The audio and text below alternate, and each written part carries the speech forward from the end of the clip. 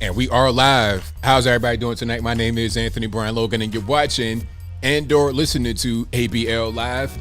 Thank y'all for joining me tonight. You could be almost anywhere in the world, but you're right here with me live in the show, and I appreciate y'all for that. We got a whole lot going on all over the internets, all over mainstream media, social media, everywhere. And where do I start? I have no clue. Well, we got a Taco Bell fight to talk about where a bunch of boiling hot water got introduced to the conversation. We'll talk about that in a minute. Also, we'll talk about the small town police force in Kinley, North Carolina, where the entire force, five officers quit after a black female town manager was put in. Is it because she's black? Is it because she wasn't doing the good job?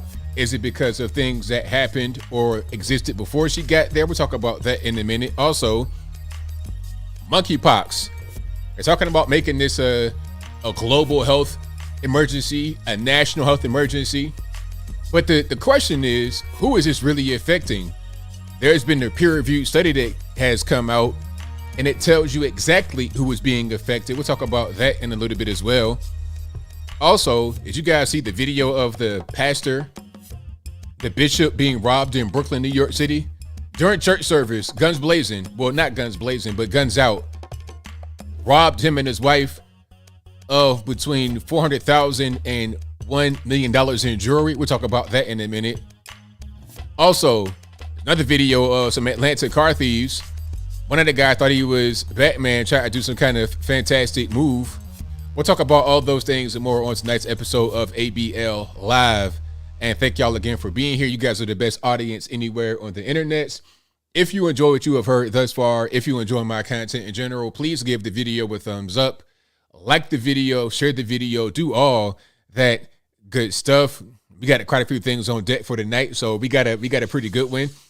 But before I get into my topics, thank you to the sponsors, of course. Shout out to my particular websites, ablmerch.com. Y'all know what to do. Hats, t-shirts, stickers, hoodies, mugs, more, all on the website right now. Go there, bookmark it, refresh, see if you got anything new. ablmerch.com. Go to the website right now, check it out, bookmark it, tell a friend about it. Also, go to my regular website, anthonyblogan.com. That is ANTHONY, the letter B, LOGAN.com. Go to the website right now. For every video that I produce, I write an article for it. You know, the short videos, I don't do an article for the short videos, obviously, but for the regular videos where I'm talking on it, I'll write an article about it to give you all of my sources for whatever I say. So again, AnthonyBLogan.com, that is ANTHONY, the letter B, LOGAN.com. Go to that website and then go to the contact page, AnthonyBLogan.com/contact. You can find my email address, my snail mail address, my social media, Facebook, YouTube, Instagram, all that good stuff is right there on the website. You can send me some stuff from my P.O. box. Don't send me nothing crazy because I will call the federales on you immediately. They're going to fingerprint, they're going to backtrack it, and maybe they might do something. You know how the feds do. You know, if somebody sends you some C4 in the mail and about to explode, they might not do anything, but God forbid you try to, you know, You do something kind of innocuous that's politically disadvantageous to the Democratic Party, then they want to wrap your hind part talking about, oh, you can't do that.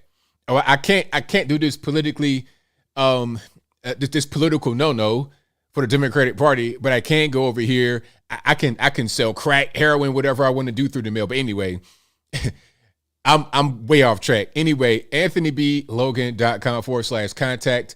For all my social media and my email and my snail mail. Also, go to bhedesigns.com for the beautiful handmade wooden flags that are right behind me. You can get ones just like that or whatever you desire for yourself, custom made, over on the website, which is in the description box, bhedesigns.com. Also, go to patriotpost.us, the best source of news and information anywhere on the internets. They've been around for a very long time, 25 plus years, well respected, well admired, well appreciated. Go to their website, and all the links should be in the description box. This is also a podcast, if you didn't know. This will be available on all your favorite audio-only streaming platforms, whether that be Google Play, Spotify, Stitcher, Anchor, Apple, iTunes, etc. At 8 a.m. the next day, Eastern time. So for example, right now, this is the Wednesday show. It'll be available 8 a.m. on Thursday morning Eastern on all your favorite platforms, 100% free. Link for that will be in the description. If you're listening to me on those platforms right now, please give me a 5-star rating, a review, whatever you can do. That'll help me out tremendously. Now, where do we begin? Oh man, there's a whole lot going on. Yeah, I got the grade going on. I'm young, but at the same time I'm old. You know what I mean? It's that somebody said it's the wisdom. Maybe it is. You know, I read so much and then turned my beard gray before I turned 40 years old. It is what it is. But we have a whole lot going on, and I don't know where to start. I think I'm gonna start with, let me see. I got quite a few videos for you guys as well. Some things that are not listed in the topics. I got quite a few videos. Your man Joe Biden looking crazy. Before I get too far into the show, y'all please remind me to show the Joe Biden videos. Okay, because I gotta do that. Oh, the monkeypox. We're talking about monkeypox today. We're talking about a little bit of everything. Okay, I'm gonna start with this. Let's start with the small town police force that quit, and they had a black female town manager. Now, okay, see, this little town is not too far from where I grew up. It's not that close, but not that far either. It's in North Carolina in a town called Kenly, Kenly. Real small town, right off Interstate 95. Okay, if you're going from DC to, I don't know, Florida or something like that, you probably would go that way. Straight through Richmond, all that kind of stuff. Emporia, Virginia, right there on the border. Notorious speed trap. But anyway, so it's a small town, probably like maybe 2,000 people. I'm not really sure. It's pretty diverse. You know, one thing about these small towns, people sometimes think that they're like 100% white, nobody black lives there.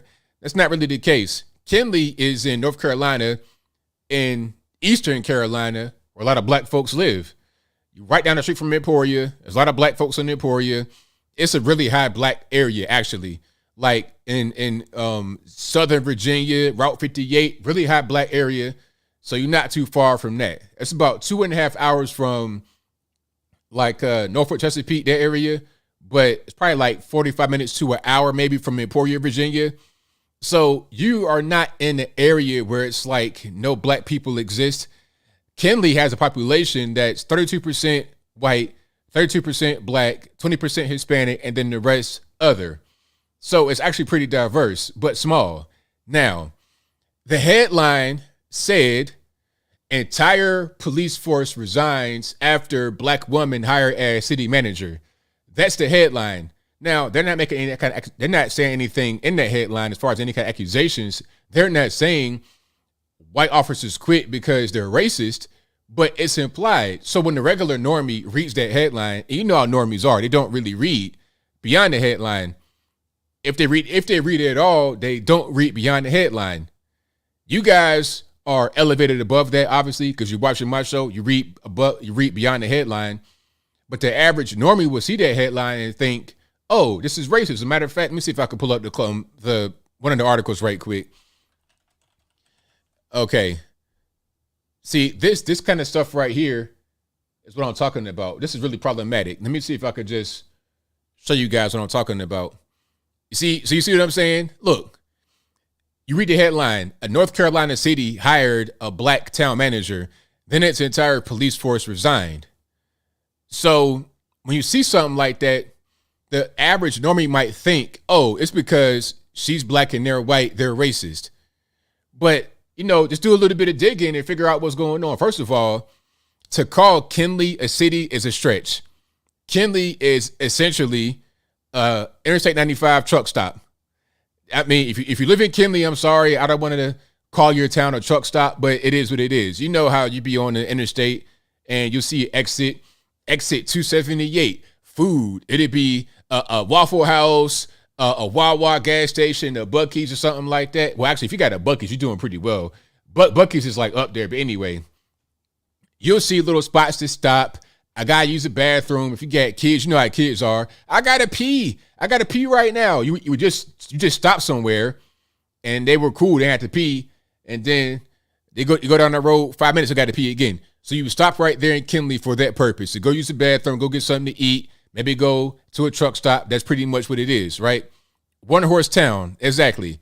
So a city, that's stretching it.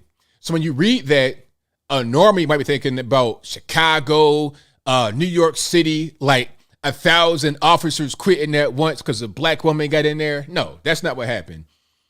You have 5 officers that quit. I think there were like 2 or 3 other guys and girls that quit in other city positions, but 5 officers quit. That's the entire police force right there. 5 officers. Well, that's their entire full-time police force. I think they had 5 officers, including the police chief. That's it was 4 officers that quit plus the police chief. That makes 5. They're understaffed. They should have 8 full-time officers, but they only had 5, including the police chief. Okay, so that was an issue before she even got hired, as far as the understaffing. Then when the woman, I got to get her name right. Her name is Justine Jones. And here's the information about their demographics. See, 36% black, 20% Hispanic, 36% non-Hispanic white. Okay, and that's her right there. Justine Jones. Now, she gets hired, and apparently, according to the people that are working there under her, she's not doing a good job. Now, is it possible to hire someone for a job and when they get there, don't do a good job? Is that possible? Can you name anybody right now that was quote unquote hired for a job and then when they get in there, they don't do a good job? Can you name anybody like that? I mean, I can name a few names right now. Joe Biden. Okay, Joe Biden not doing a good job. Is it because he's a white man? No. Is it because he's incompetent? Is it because he's corrupt? Is it because he's a globalist? Is it because he's a puppet? Is it because he's pretty much got 2 feet in the grave, halfway dead, don't know where he's at? They got to put him on drugs so you can kind of figure out what's going on? Yeah, I would think so. Maybe the race isn't really the issue. Maybe it's the performance.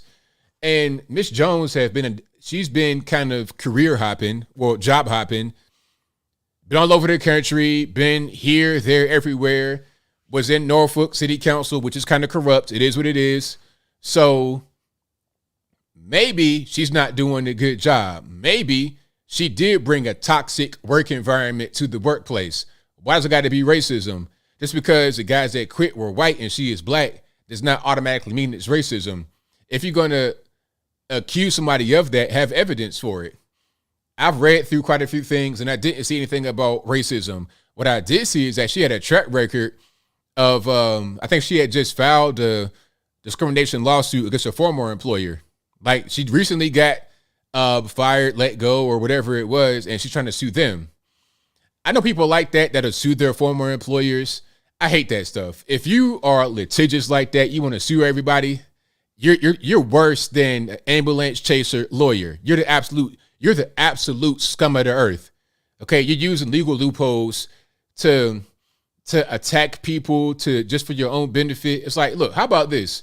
Rather than suing everybody, trying to be cheap, getting little settlements, being some kind of weasel, go out there and do work and be paid accordingly for your work, rather than trying to just take from people when you probably don't even deserve it.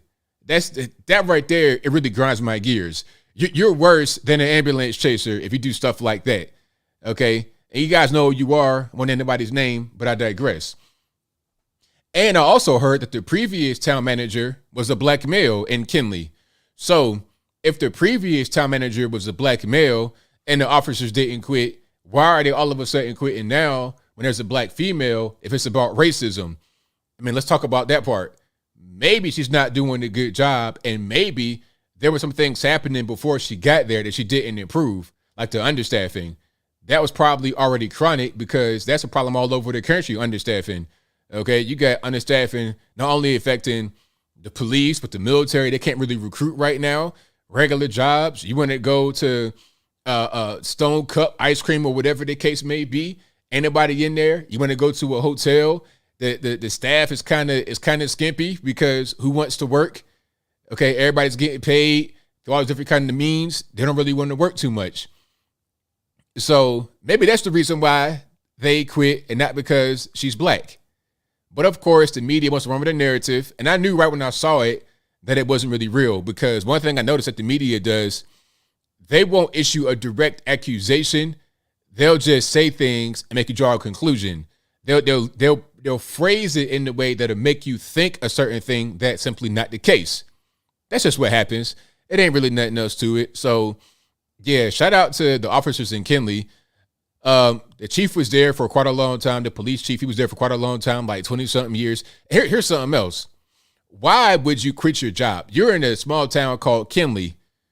You've been an officer for 20 something years. Why would you just leave just because somebody's a different race? Okay. You're talking about pension. You're talking about all types of things you're leaving on the table, potentially. Your career, your livelihood, your ability to make money. You're going to throw it away because somebody's black? It doesn't make any sense. And there's legal action going on here. So, yeah, I think it's just about having a toxic work environment, and people do quit because of that. It happens. Okay, you see it with Kamala Harris, right? A lot of her staffers are leaving, and you got leaks coming out of D.C. talking about, oh, it's a terrible work environment. She's toxic, hard to work for. Now, are we going to accuse them of racism? The Democratic Party, they're so inclusive and black and woke. So are they racist now? I'm not saying they're not, but if we're going to accuse people of doing that or being like that, let's do it all the time, not just when it's advantageous for a headline. Here's something else. Here's what I wanted to say. That's what I said in the previous video as well about this. I think headlines like this, put it back on the screen right quick. I think headlines like this just, it's all about clickbait. It's clickbait because the media, the mainstream media, know that they're dying. They're a dying format. They're a dinosaur at this point. Nobody's paying them any kind of attention. They're pretty much washed. That's just what it is. So they got to do things like this to get any kind of attention. And I recognize it now. It's all about just trying to get some attention, trying to get clicks, trying to get views, and that's it. Because they're competing against guys like myself. They're competing with other guys like myself and girls. They're competing for your views, for your interest, for your attention, for your viewership, for your money, for your dollars. Just watching or reading their stuff is dollars, because they're trying to convince advertisers to keep advertising with them and paying those high rates. But if people realize that the mainstream media is losing credibility and nobody's really watching them anymore or reading them or listening to them, then they're going to start to lose ad money. That'll impact their bottom line to the point where they got to go out of business. A lot of papers have gone out of business recently. They're trying to do the whole, they're trying to do the pay gate model, but anybody paying that, it's a mess. So I think stuff like this is just them realizing that they're pretty much done, and they got to try to compete with us. It's like trying to be like national. What's that? National. What's the name of that tabloid back in the day? You'd be in the grocery store with your mom, and they'd be right there in the checkout aisle. National Enquirer.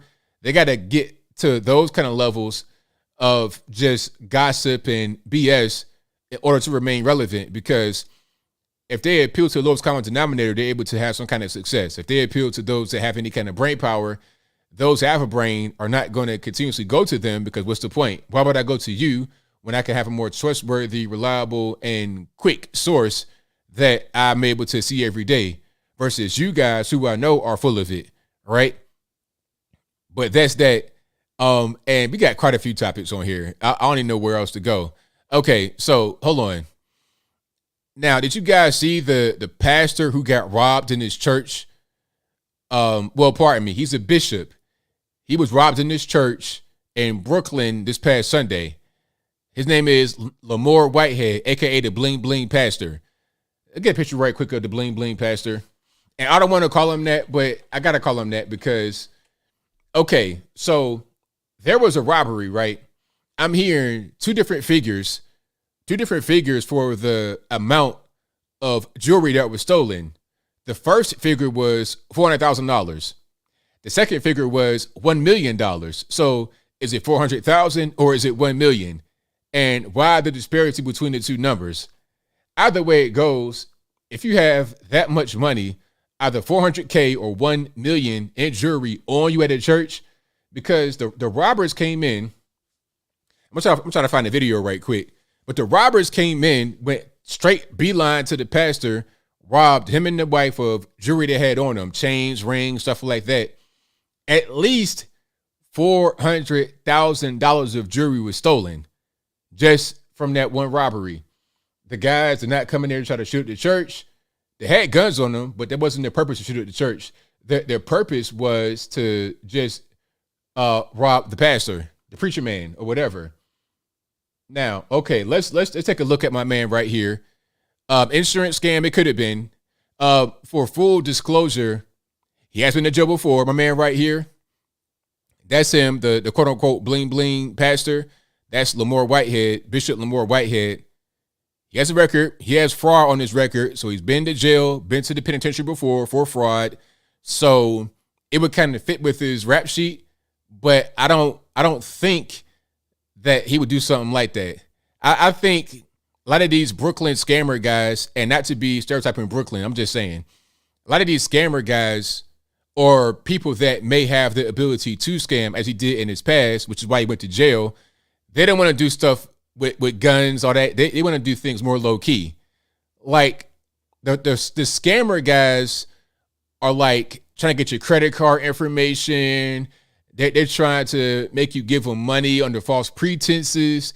They don't want to have guns and whatnot waving around in their head at the church parishioners to try and do some fraud.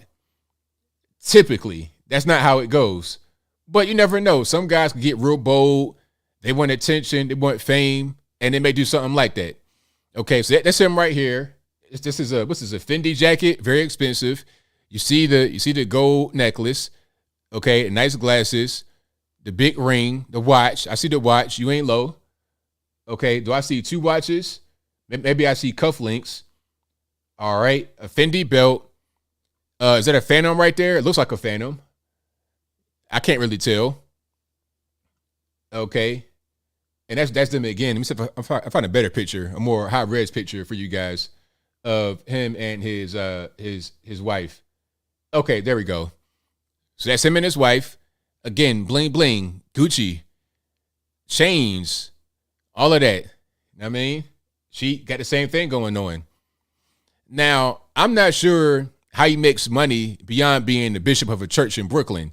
I saw a video where he we're talking about how to flip real estate, buying apartment buildings and stuff like that. I don't know how he makes money, but what I do know is that he flosses a lot.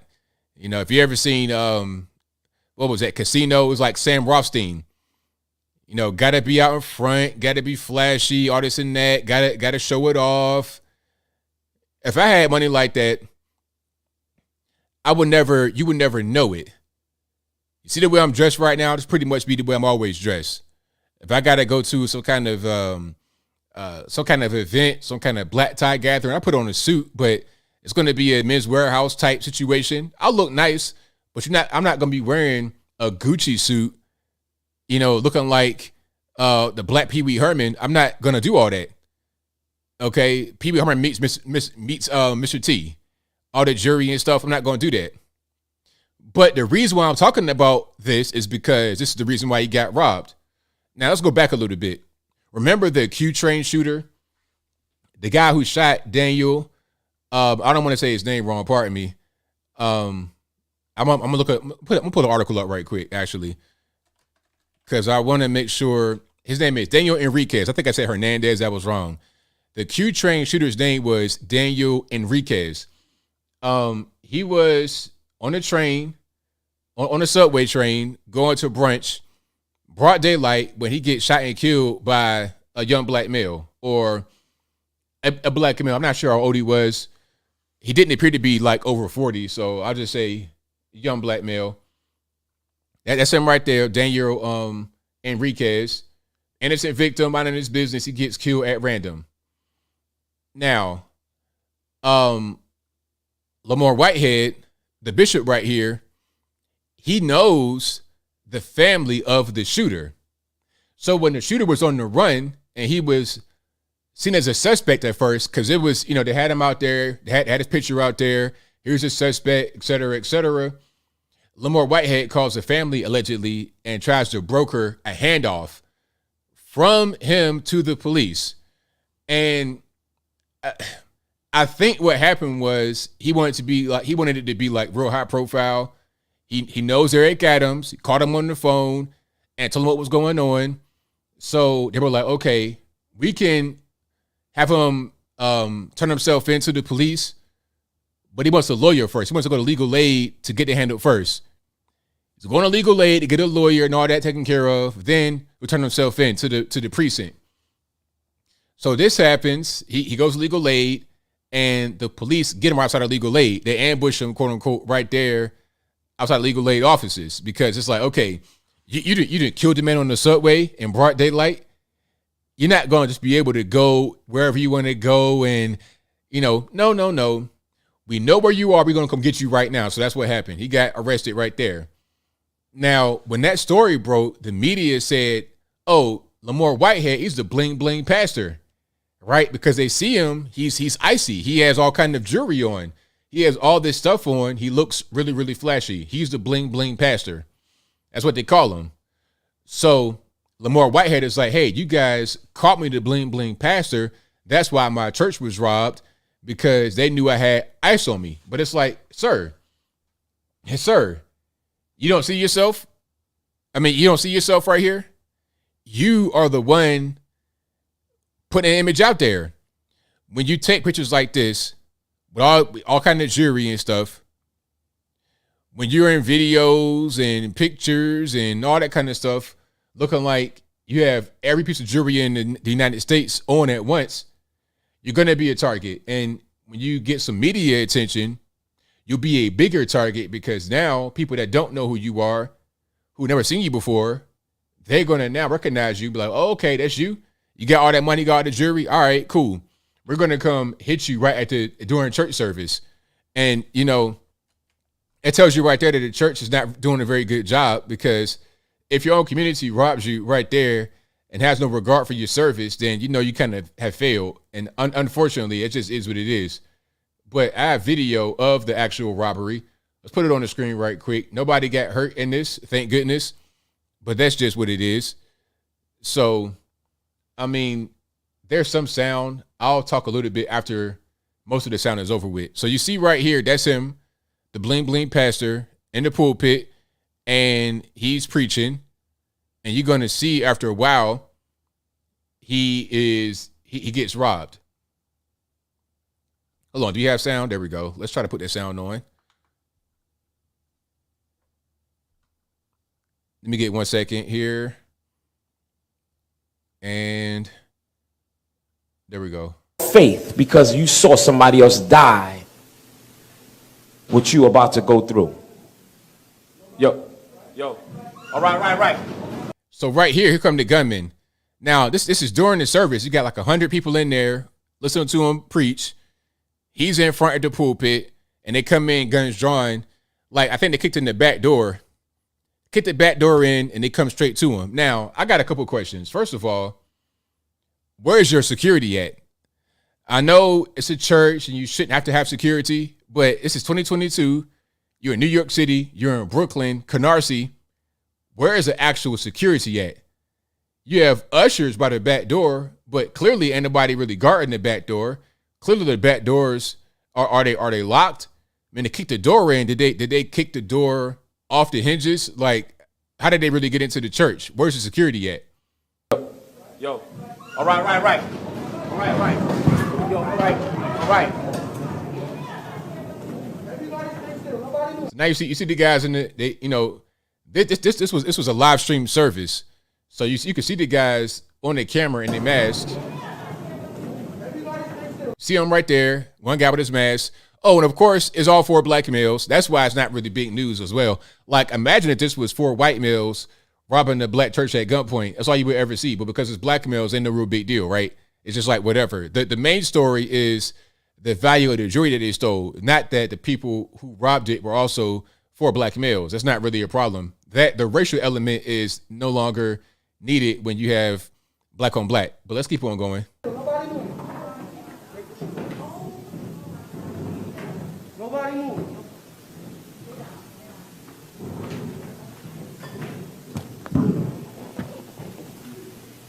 Now, some say it was staged. It's possible that it was staged, but the problem is, I'm not really sure that the scammer guys will go to these extremes. They kind of want to do smaller, low key stuff that you don't really see. You know, they want to live a life where it's flashy and fancy for the camera, but off the camera they do their dirt to get their money. Things you don't see, not even things that you would think are not their fault.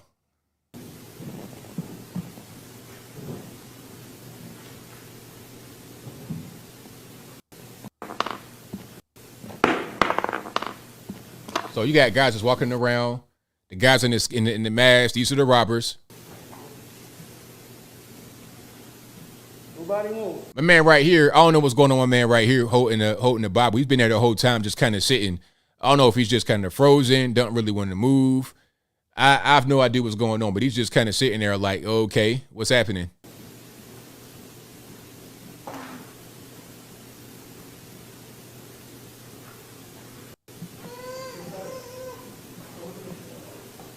So what you see right here on the right side of the screen, Lamar Whitehead is on the ground. He's laying on the ground on the stage and he's being robbed. You see his shoe right there under the, I guess this is a pulpit type deal right here. And my man right here has a gun on him and he's robbing them, taking his jewelry and things of that nature.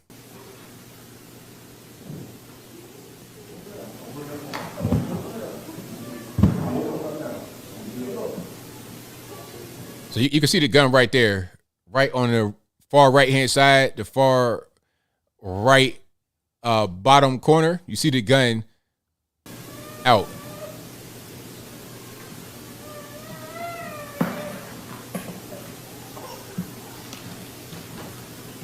So you got the jury right there, and he's out. One more guy comes in and takes some more jewelry.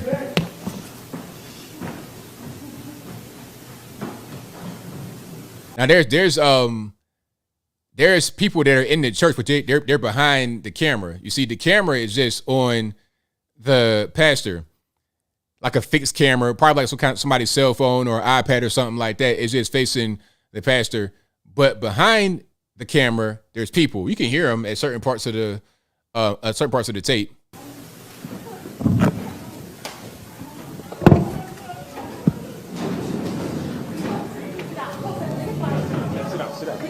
Come on, hustle. Hold me. Nico, go. Oh, God. Please, Nico. Stay here. Just stay. Don't move. Come here. Come here. Come. Go to your mom. Go. Oh, Jesus. Just stay there, okay? So yeah, I mean, I don't need to like show the entire thing, but that was a robbery right there. Now, I can't tell if it was staged or what, but I don't think it was. I think that these guys saw the pastor. It's like, okay, you got all this jewelry on you. Let's go ahead and get that. But it could have easily been staged, because the one thing that kind of gets me about the whole staged thing, or makes me think that it could be staged, was the jewelry, the value of the jewelry. First it was $400,000, now it's $1 million. So why the jump in the value of the jewelry? Is it because they want a bigger number to be out there for insurance purposes? It's like, okay, look, we were robbed at gunpoint. They took all this jewelry. And why would you have that much jewelry on you in the church? Why? Between two people, they didn't rob the entire church of their jewelry. They just robbed the pastor and his wife. So between two people, y'all have on you at once $1 million in jewelry. I mean, come on. That's like rapper level.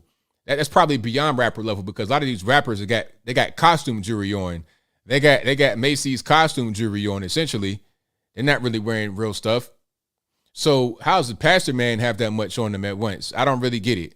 But like I said, if I had that kind of money to where I could just buy $1 million in jewelry and wear it at any point in time, I would never wear it. I would not even own that much jewelry. I mean, maybe like some jewelry I would own, some things that would appreciate in value. Like I would have some pieces of jewelry, some pieces of art, things that go up in value over time. You could pass down to your kids and they could sell it, or they could hold it, or whatever they want to do with it. You know, times get tough. You could sell that and you can, get more money back than what you put into it. But anyway, I would never wear it because I don't want to be seen as a target like these guys apparently were. But I could be wrong. This could have been a whole big hoax. We'll see in the future. We're definitely going to see because they will investigate. They will get down to the bottom of it. Hopefully, we don't have crackerjack lawyers in the case or crackerjack investigators. Let's get some real deal guys that'll get to the nitty gritty and figure out what's really going on. Right? All right. So let me see. Hold on. War Hell Ride says, I saw the relationship rehab mention. If you pause at a certain point, you can see the gun didn't even have a magazine in it. That's probably true. You know, and that can mean two things. The first thing is the gun not having a magazine in it. If it did not have a magazine in it, that can mean that the guys were counting on the ignorance of the people that they were robbing. Because, okay, if you're robbing somebody, you think, okay, get on the ground, comply. You may not look at the actual magazine and or the, you know, the actual handle, see if it's a magazine in it. You just kind of doing whatever they say. So it could be that they did that. They didn't have any ammunition. They were just trying to rob them with the gun and not having to shoot it. I don't know. Or it could have been staged. It could have been fake. The magazine could have been left out intentionally so nobody accidentally got shot. Okay, they're clearing the chamber. They're leaving the magazine at home because there's no point in having it because you're not going to shoot anyway. It's just for show. But maybe I'm wrong. And people talking about the way I pronounce jury. I mean, you got to just live with it. You got to live with it. I can't do nothing for you. You know, you got to go to Louder with Crowder if you want the correct enunciation of the word jewelry. Who says that anyway? It's jewelry. But anyway, so we'll see. We'll see what's going on with it. I hope they do an investigation to figure out if it's a real thing or if it was just some kind of insurance fraud, which, again, the pastor has been in jail before for fraud. I'm not saying that this is a fraud case. I'm not saying that you can't redeem yourself or, you know, turn life around. I'm just saying there is a conviction for fraud on this record. Just putting it out there. So if it comes back that it was fraud, you can't be like, oh, I'm so surprised. You got to be like, yep, that kind of makes sense. But hopefully it's not what I'm thinking. Okay. So if you like what you're hearing so far, including the enunciation of the word jury, give the video a thumbs up, like the video, share the video, do all that good stuff. And what else we got going on? Okay. So let's talk monkeypox, shall we? Now, they want to make monkeypox a national emergency, a global health emergency. But why? Why make it be something that we all got to deal with when it really only affects gay men? Or, excuse me, what did Rochelle Walensky say? Matter of fact, let's let her say it because it's not me saying it. I'm not here trying to attack gay men. Don't get it twisted. If you gay, you a male, that's your business, not my business.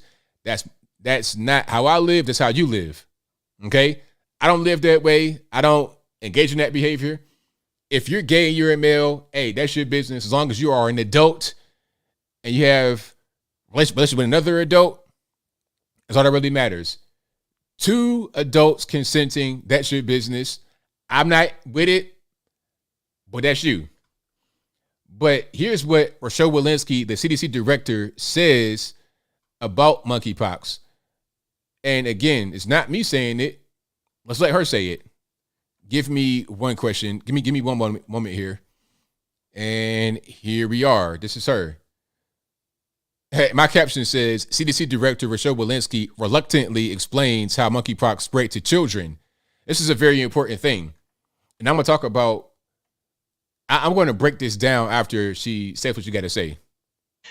We do have seen now 2 cases that have occurred in children. Both of those children are traced back to individuals who come from the men who have sex with men community, the gay men community.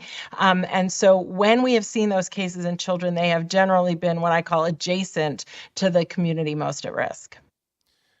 One more time, if you didn't quite catch it, just one more time. Listen very closely to what she's saying. Listen very, very closely to what she's saying. We do have seen now 2 cases that have occurred in children. Both of those children are traced back to individuals who come from the men who have sex with men community, the gay men community. Okay, so what she's saying here is just one more time to recap. There's been at least 2 confirmed cases of monkeypox in children, and these children they're adjacent. They're in close connection to men who have sex with men. Now, you have that right there, right? That's what she said. I didn't say it. This is the CDC director, Rochelle Walensky, the current CDC director, Rochelle Walensky, medical doctor. This is an actual scientist, trusted science. That's her right there, who's currently in the CDC as a director, the top dog. Okay, so if she's wrong, then who's right? All right, but anyway, now I have another thing for you guys. I have something else. Let me see if I can pull this up right quick. So there was a peer-reviewed study that came out about monkeypox. So they're trying to figure out who's getting it, what's going on. And what they found was 98% of those who have gotten monkeypox in the U.S. from this study are men who have sex with men. 98%. So the question is, if the overwhelming majority of those who get this thing are gay men having sex with other men, how are the children getting it? How are the children getting it? That's what I'm trying to figure that part out, right? I'm just trying to understand that whole thing. Here's an article from, what's this, MSN? All right, so there's a peer-reviewed study. It says it. Let me see if I can find the actual number here. Now, a study that came from Queen Mary University of London, published in the New England Journal of Medicine, assessed a total of 528 monkeypox cases from 16 different countries. So this is not just the U.S. This is not just one state in the U.S., one place. From 16 countries, 528 cases they studied. And the study found overall, 98% of those infected were gay or bisexual men. So, how are the children getting it? Huh? How are the children getting it?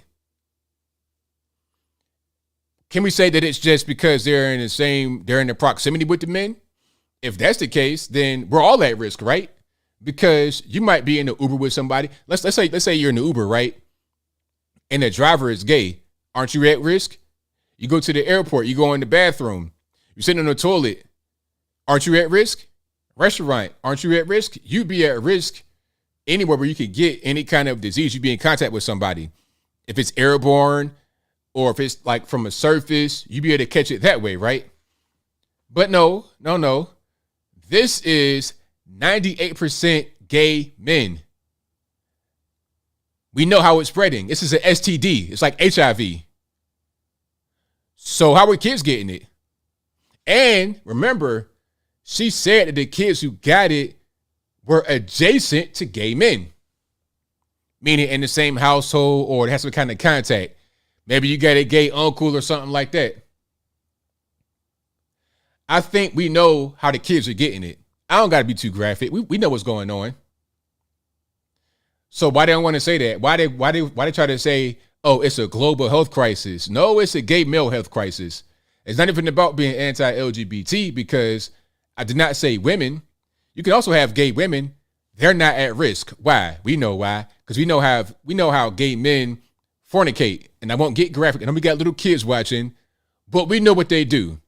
We know that where the sun don't shine is a exit only by nature. Okay, that's how the disease is spreading. So, I mean, hey, it is what it is. And the thing about HIV is the same way. Do you know that 1 out of every 2 gay black men will catch HIV in their lifetime? 1 out of every 4 gay Hispanic men will catch HIV in their lifetime.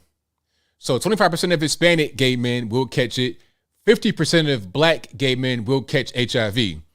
it's so bad among gay black men, or pardon me, gay men in general, they got a whole HIV prevention thing called PrEP. You take PrEP as medication to prevent HIV if you are a male. Matter of fact, there's a monkeypox vaccine in New York City. They have a line, like some centers for the monkeypox vaccine. Now I saw a notice that said, if you are not a gay male with multiple random sex partners in the past 15 days, do not get the vaccine. So clearly it's not just for regular people. They tell you, look, if you out here just, in bathhouses, fornicating with other men, if you're a man, you are at risk for monkeypox. But the media, they don't want to say that. They don't want to talk about that. They want to scare everybody into believing that they're going to be affected. No. If you are a regular normie, heterosexual, or just a woman, even if you're homosexual as a woman, you're in the clear. If you gay and a male, hey man, be careful. Don't be out here just, living La Vida Loca. Pun intended. Don't do it. Don't do it to yourself, because, hey man, it's going to look real bad. You get these big crazy sores in your face and in other parts of your body. You don't want that. you don't want that. So, matter of fact, do I have the I'm gonna try to find that particular the little flyer from New York where we're talking about everything. Oh, here it is right here. Look, you thought I was playing? Look, check it out. Hold on.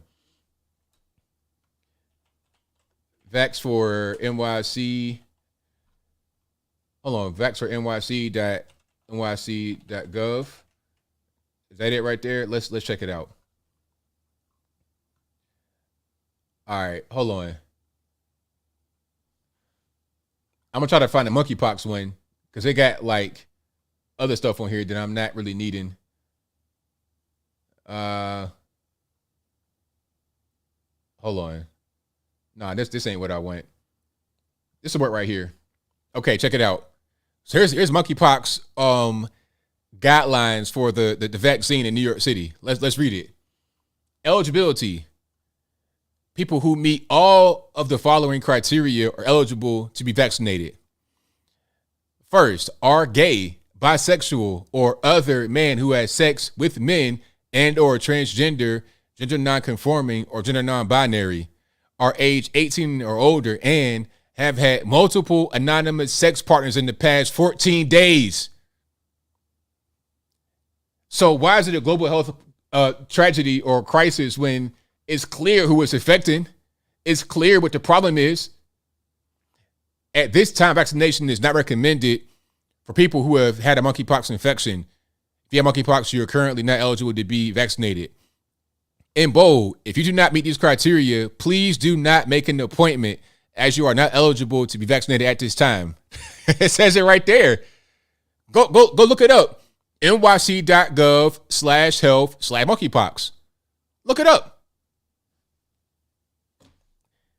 So you have the CDC saying it, New York City government saying it. We know what it is.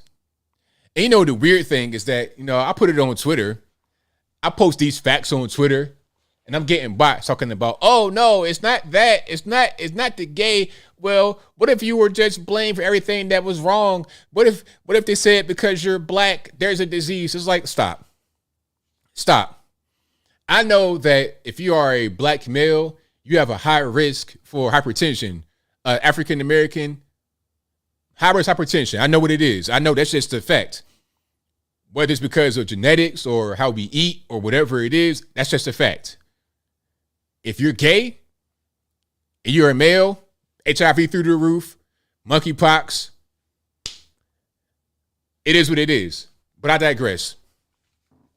I think my point is, let's just look at reality for what it is. Let's stop trying to act like things don't exist when they really do exist. Okay, things really do exist, and let's just call it what it is. Let's not try to, monkey around and just ignore stuff, right? Anyway, shout out to The View for being forced to apologize to Turning Point USA. Now, Turning Point USA, I love them.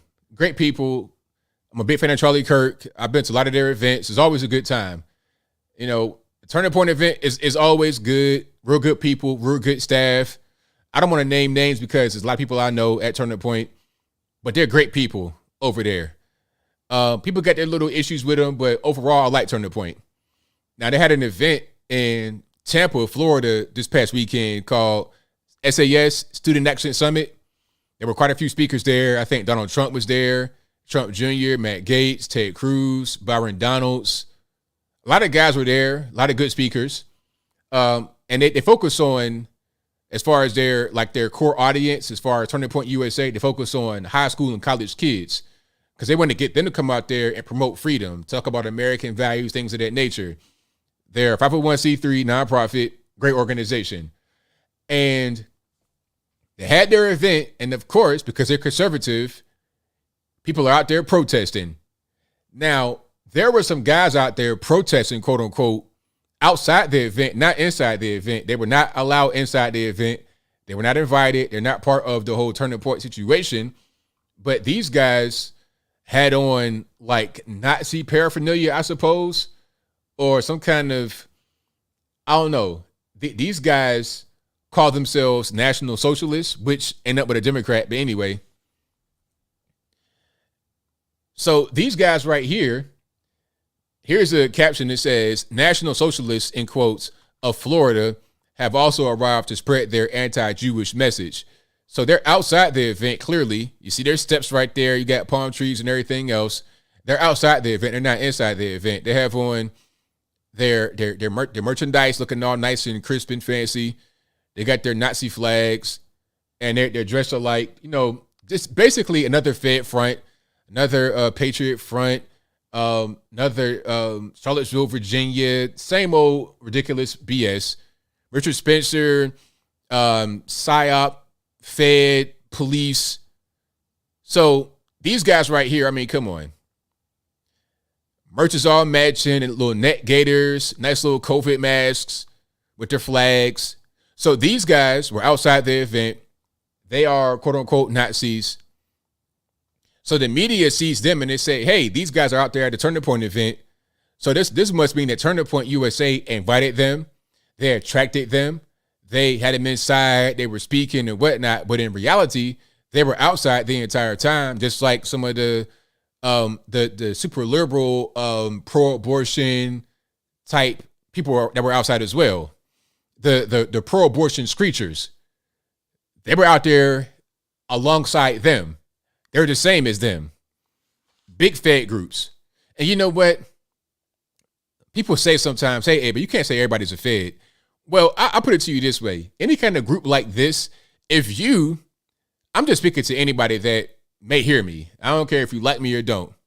If you call yourself in 2022 joining a white supremacist group, you are going to talk to the federal government, period. It's going to be feds in there.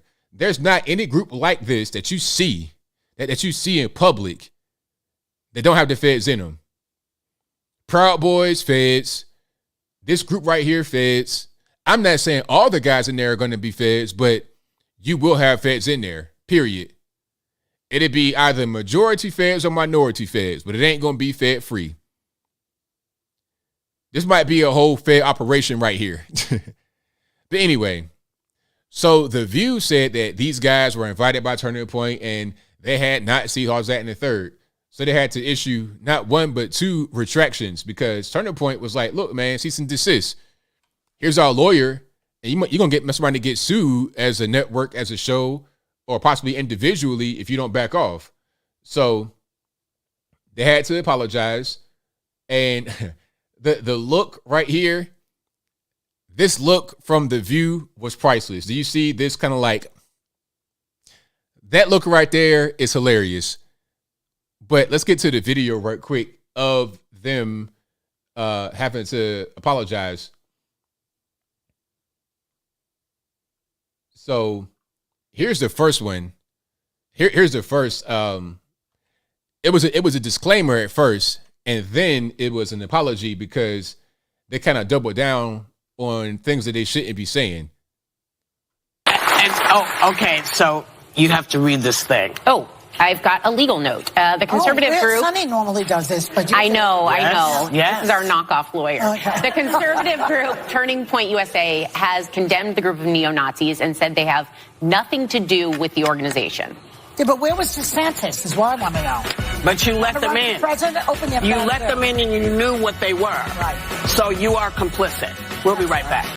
See right there, that was, they should have just kept their mouth shut. Whoopi Goldberg cannot keep that mouth shut. Okay, if it ain't no hamburgers and hot dogs, there's crazy things that are being said, things that are just wrong, right? Keep that mouth shut. You might be better off in life in many ways. But anyway, she gave the disclaimer and said, "Hey, these Nazis are not affiliated with us. We don't condone that. That's not what it is." And then you have Joy talking about where's DeSantis. I don't know why she said that. I think DeSantis was at the actual event, but he came there after, or he came there before these quote unquote Nazis showed up. So he wasn't even around when these guys were there. First of all. Second of all, these guys were outside. So when she said they let him in and knew what they were and they were complicit, that's just wrong. DeSantis was not there when these guys were there and they were not allowed inside. So during the whole disclaimer, you just kind of making them do another disclaimer, another retraction, another apology. So here's the next one, like the next day, basically. Sorry. So on Monday, we talked about the fact that there were openly neo-Nazi demonstrators outside the Florida Student Action Summit of the Turning Point USA group. We want to make clear that these demonstrators were gathered outside the event and that they were not invited or endorsed by Turning Point USA. A Turning Point USA spokesman said the group, quote, 100% condemns those ideologies, and said Turning Point USA security tried to remove the neo-Nazis from the area but could not because they were on public property. Also, Turning Point USA wanted us to clarify that this was a Turning Point USA summit and not a Republican Party event. So we apologize for anything we said that may have been unclear on these points. They still invited Matt Gaetz, though, I would just like to know. They can't just stop talking. They can't stop talking. The lawyer's like, look, y'all are saying the wrong thing. This is slander. This is libel. You put it in your newspapers. This is the wrong thing that you're saying. Cease and desist, or you're going to get sued. All they got to do is just read that and move on. I'm sure there's more things to talk about. You talk about January 6th for the 18th, umpteenth time. Talk about January 6th. Talk about your man Joe Biden looking pretty much dead in the eyes, like a deer in the headlights. Talk about that. I mean, you can't just keep your mouth shut after you say again that you're sorry and you got to issue a retraction. You want to talk about Matt Gaetz and allegations against him? Just move on for Turning Point USA. Leave him alone because they don't play. And I like that because some guys will just let the View say whatever they want to say and not paying no attention. But Turning Point's like, no, we're going to fight back. You're saying false things about us. All right, you're going to see our lawyers for sure. They got in-house counsel and they sick them on you. Okay, here go this lawsuit right there. Take a bite of that. But anyway, so shout out to Turning Point USA for defending themselves as they should, as everyone should. All right, but I will move right along. And speaking about Joe Biden, I got a video. Have you guys seen Joe Biden? Well, I would say, have you seen them lately?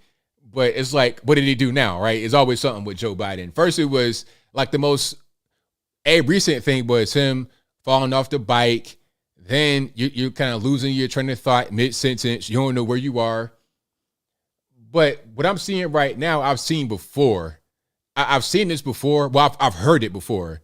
What I'm seeing is different than what it's a little different. But I've definitely heard this before. So hold on.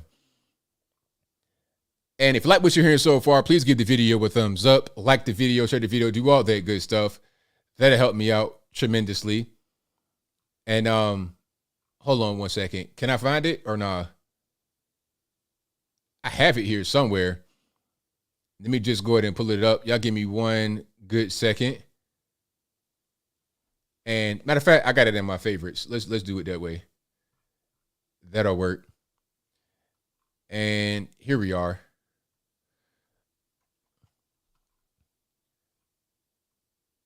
So hold on, that might not be it. There we go. There we go. Now I'll play two videos here. The first video is, I think this video is from today and yesterday, or both from today. I can't really tell. Now, here's one video of Joe, and look at his face. This is like kind of normal, I suppose, but let's look at it right quick. Folks, as we fight inflation, you can't be pro-insurrection and pro-cop. Okay, so they're doing it back and forth, like a montage of it. Do you see the difference? Both from today or from like a day apart? Folks, as we fight inflation, you can't be pro-insurrection and pro-cop. Bringing down gas prices is a big part of the job. You can't be pro-insurrection and pro-democracy. You can't be pro-insurrection and pro-American. And here's the good news. Gas prices have dropped every day this summer. That's more than 40 days in a row. Donald Trump lacked the courage to act. Do you hear his voice change? Like, okay, listen to him. Hold on. Let's listen to him here, and then hear the change in the voice, and also the change in the eyes. I'm talking about like wide open, like dinner plates. But his voice also changed. His diction, his intonation, it's like he's different. Like it's a different guy. And here's the good news. Gas prices have dropped every day this summer. That's more than 40 days in a row. Donald Trump lacked the courage to act. We now have 40,000 gas stations in the United States where the price of gas is $3.99 or less. The brave women and men in blue all across this nation should never forget that. How do we get the price down? Well, the new report today shows that something's going on. Like, what is wrong with this man? So here's a longer video of him with the dead eyes. You can't be pro-insurrection and pro-cop. You can't be pro-insurrection and pro-democracy. You can't be pro-insurrection and pro-American. Donald Trump lacked the courage to act. The brave women and men in blue all across this nation should never forget that. But see, the thing about it, some people are saying it's the COVID recovery. But first of all, the videos in question were recorded like a day apart or like on the same day.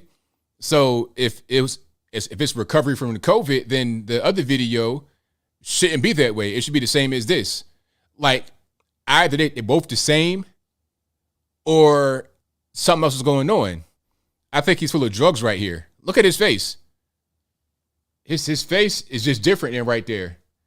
This is just like a day or a few hours apart. So what's going on? It's not even the same guy. And also, I've heard that voice before. I've heard that kind of gravelly, Donald Trump failed to act. I've heard that before from him. And I was kind of scratching my head back then, like, what's going on with his voice? Matter of fact, let me see if I can find that on my Twitter, because I remember commenting on it when I saw it a while back. Hold on one second here. Give me one good second. I'm gonna try to find that for you guys. So what's the verdict from you guys? Is it what's going on? I don't know what to think. I don't want to put on a tinfoil hat and say it's not him. It's a stunt double or something like that. But something's going on. I don't know what it is.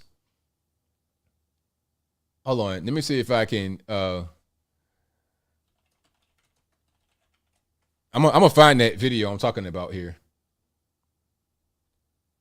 But that video is much different. His voice was much different in the video that I saw before.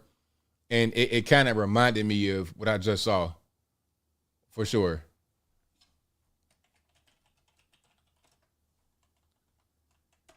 All right. Says sounds produced. MK Ultra, vampire, drugged up. I'm thinking drugs. I'm thinking the most likely thing is the drugs.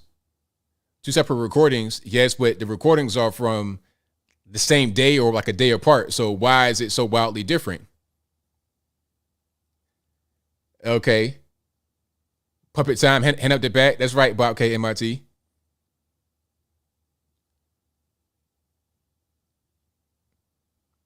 Hold on. Bill M said, just asking. Let's look at your vids and see if we can't find a different tone of attitude. Well, maybe, but not in the same day, not 2 days, not a day or two apart. You could find an old video from like 3 years ago, maybe, and find a different intonation. But if I'm speaking today and then you see me tomorrow and I sound totally different and I look totally different, my eyes are like this, you're going to be like, well, what's wrong? What happened? Did you not get any sleep? Are you on drugs? Something is not really right. You will see more of a gradual change, not a sudden change over a period of hours or a day. So I'm just trying to figure out like what's really happening. That's all. All right. Let me see if I can. I really want to find that real bad. But I'll definitely get to it. If I can find that other video I'm talking about where Biden's voice had changed, I'll get to it. And I remember back then thinking, do they have him on drugs? Because why does he sound different? That's kind of what I want to know. But I'll definitely get to it. And like I said, everything I wanted to get to. Hold on, we got Taco Bell. I almost forgot about that. So the Taco Bell fight. Now, as you guys see the Taco Bell fight in Dallas, Texas, I hope that this fight tells people to stop going behind the counter. What's so important about your fast food order where you got to go behind the counter and start stuff? Stay in front of the counter and just get your order like everybody else. If the order's not right, whatever it is, hey man, get a refund, have them do it over again, do something, but don't go behind the counter trying to fight. Just stay over there. Now, Taco Bell in Dallas, it was open to drive-through only. The dining room was closed. They do that sometimes, especially at night. Drive-through, don't come inside. Just go through the drive-through. That's it. And I think it was a mom and a daughter. They came in through the drive-through. They got their order. And I guess the order was wrong. Something was wrong with it. So then they went back through the drive-through to fix their order, right?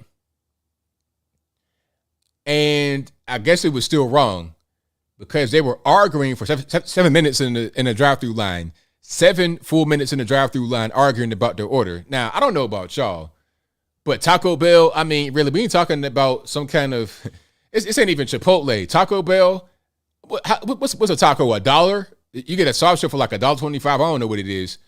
I ain't been to Taco Bell since I've been like in high school. Taco Bell, I mean, nowadays I go to Taco Bell, I'm going to destroy the bathroom. The bathroom's going to be out of commission. You go police tape on the bathroom going to Taco Bell. But anyway, I digress. How much could Taco Bell really cost? Why is it that important? So they go through the line. They're arguing about the order. And eventually they get out of the car and then they go to the actual door of the establishment, which is closed. But they're let in some kind of way. Now, that was the first problem right there. That was the first issue. They shouldn't have been let inside the actual building. I don't care what it is. Okay, the order is bad. The food ain't right. All right, I understand that, but you can't come in here. You want a free gordita? You want a free chalupa, soft shell, hard shell? Want some free sauce or something like that? All right, but you're not coming in here because I already know where we're going to go. If we've been arguing for 10 minutes in the line, you're going to come in here and do the same thing. You're going to be arguing with me, but now you're going to be closer to my actual face. So let's roll some of the footage from my video earlier, and we're going to get more of a full picture. Hold on, get a little bit of sound. There we go. 829 Abrams Road, 11 p.m. when the restaurant was drive-through only. Shown on the restaurant's own surveillance cameras, 3 women in a white car pull up to the window to pick up their order, but something is wrong with it.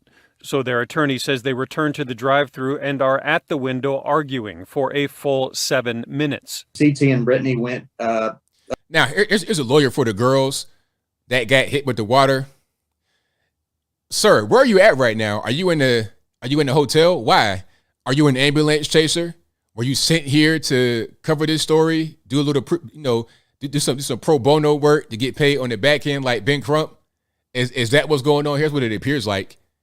Okay, you're not in your law office right now, sir. You're in the whole Best Western. up to the dining room where an employee let them in. Most of the time, what you see is CT and Brittany standing peacefully and calmly at the counter. 2.5 minutes later, as an argument begins about the order. See, right here, when the argument's going on, see, you shouldn't even be in here, number one. You should be outside. The dining room is closed, obviously. You shouldn't even be inside. They were let in mistakenly. That was a mistake, let them in. They would not be in if it was me, period. They'd be out there. If they want to go to the front door and scream and howl like a hound dog, that's fine. But you're not coming in here. I tell you what. The women step into the kitchen. At some point. See right there, society has been emboldened. You think you could just do stuff like that. You see, every other day I see a video of somebody going behind the counter trying to attack the fast food workers. Leave them alone. Leave them alone. Just let them do their job. If you're not satisfied with the order, I understand that happens. Sometimes it might not be to your liking. I get it. But it's never worth going back there. And the way it is in certain parts of the country, you don't know what you're getting yourself into. Okay, we're going to see how this whole thing played out.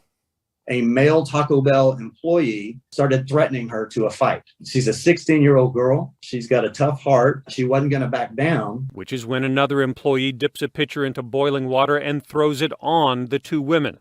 They run from the restaurant as the employee goes back to fill up the pitcher a second time. This is not just, some hot water. It burned them very badly. And a warning, the injuries are difficult to see. Bubbles and... I had to kind of block that out because the original video was age-gated for stuff like this, so I didn't want to get age-gated. But if you want to see these burns and wounds, it was nasty. It was nasty, real nasty. All kind of skin and stuff burnt off. It was pretty gross. But they didn't die. They all right. It just kind of burns to the scarred up.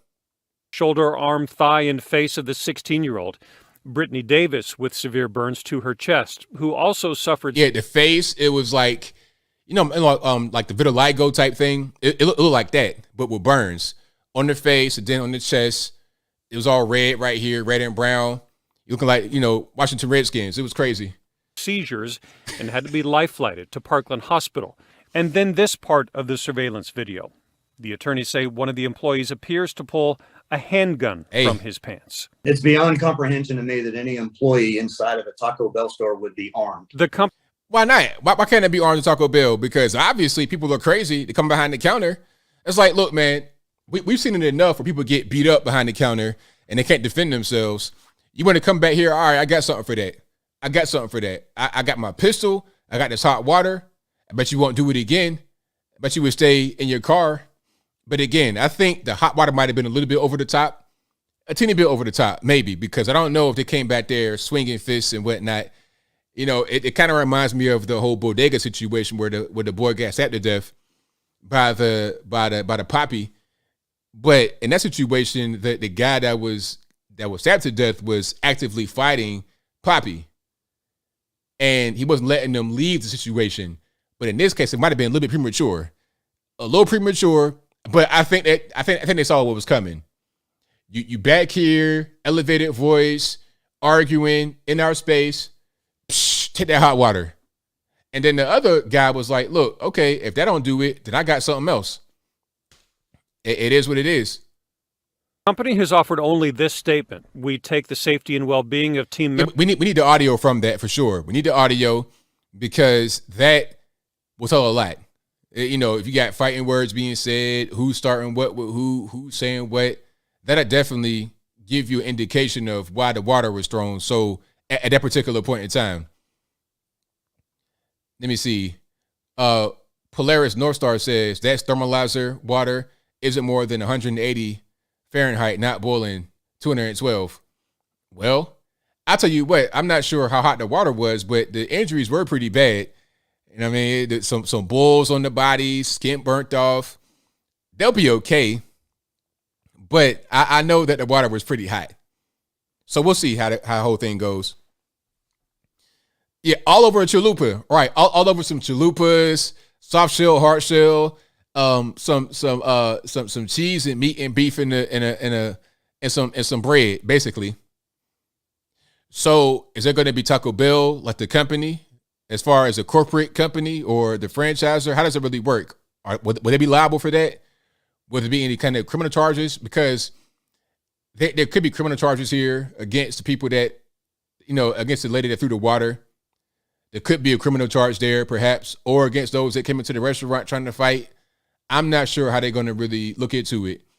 If they get the audio and they are able to talk to the employee and the quote unquote victims, they'll be able to figure out what's going on and assess the appropriate response criminally. But we'll see. We'll definitely see. So what do you guys think? Do you think that it was an overreaction from the employee, or was it the customers who were in the wrong for going back behind the counter? If you ask me, I think it might have been a little bit overreaction from the employee, a teeny bit. But the first person who was wrong was the customers going behind the counter. Once you cross that barrier, I don't know what you're going to do. And I'm ready to defend myself. I'm ready to defend myself. We see it over and over again. As soon as that barrier gets crossed, things happen. We saw one time in the Waffle House where the guy went behind the counter, beat up on a woman, and then he got drawn down on by a lady that was back there with her gun. Matter of fact, let me see if I can find that video right quick.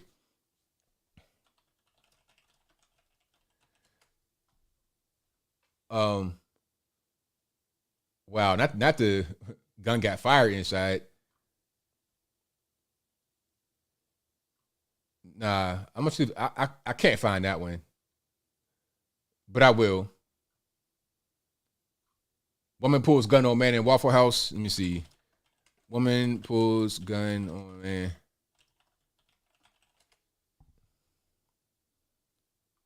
I ain't gonna be able to find it. But if I do find it, I will put it right on the screen. Yeah, exactly, Judy Davis. Wrong for going back at the counter. But the employees felt threatened, of course.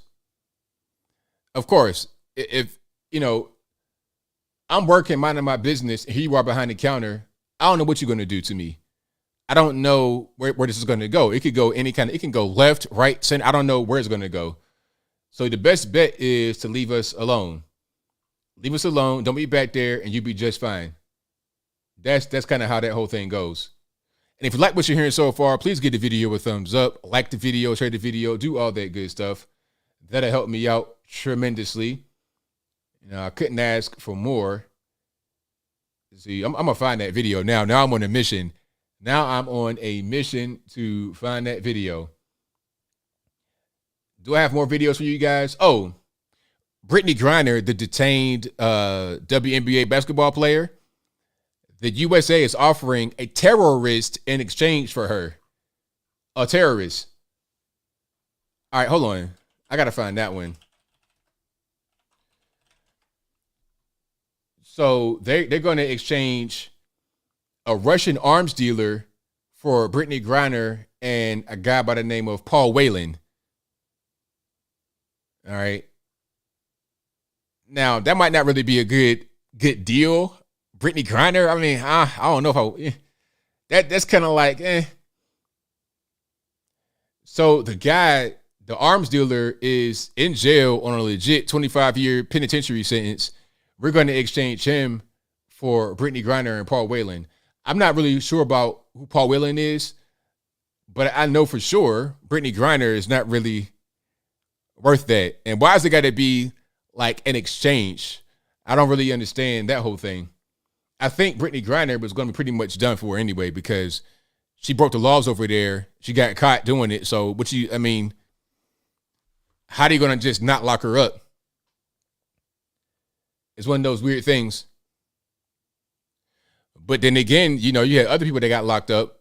You had LiAngelo Ball, the basketball player in China, and China does not play. You go to jail in China, it's a wrap. You're going to be in somebody's toy factory. You're going to be Santa's little helper over there in China messing around. But he was able to come home.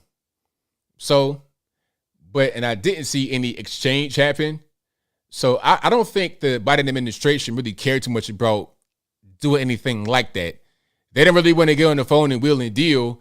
They want to go to the ultimate. It's like, okay, we got this terrorist. We'll give you him. Give us a basketball player back so we get some votes in the midterms. We don't care about letting the terrorists out on the streets. he might mess around and go right back to Saudi Arabia or somewhere and buy some weapons and try to shoot us with it. But as long as we got some votes in the midterm election, we good to go, right? It's weird. Yeah, she had weed over in Russia.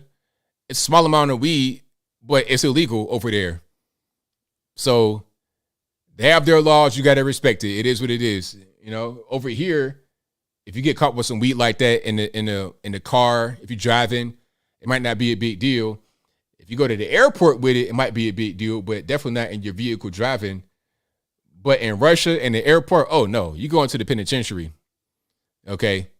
But anyway, let's look at the super chats. And I have more that I'll show you guys all throughout the actual throughout the stream here.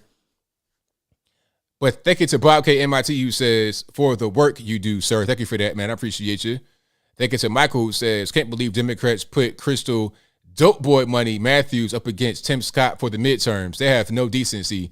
She would get crushed. Absolutely.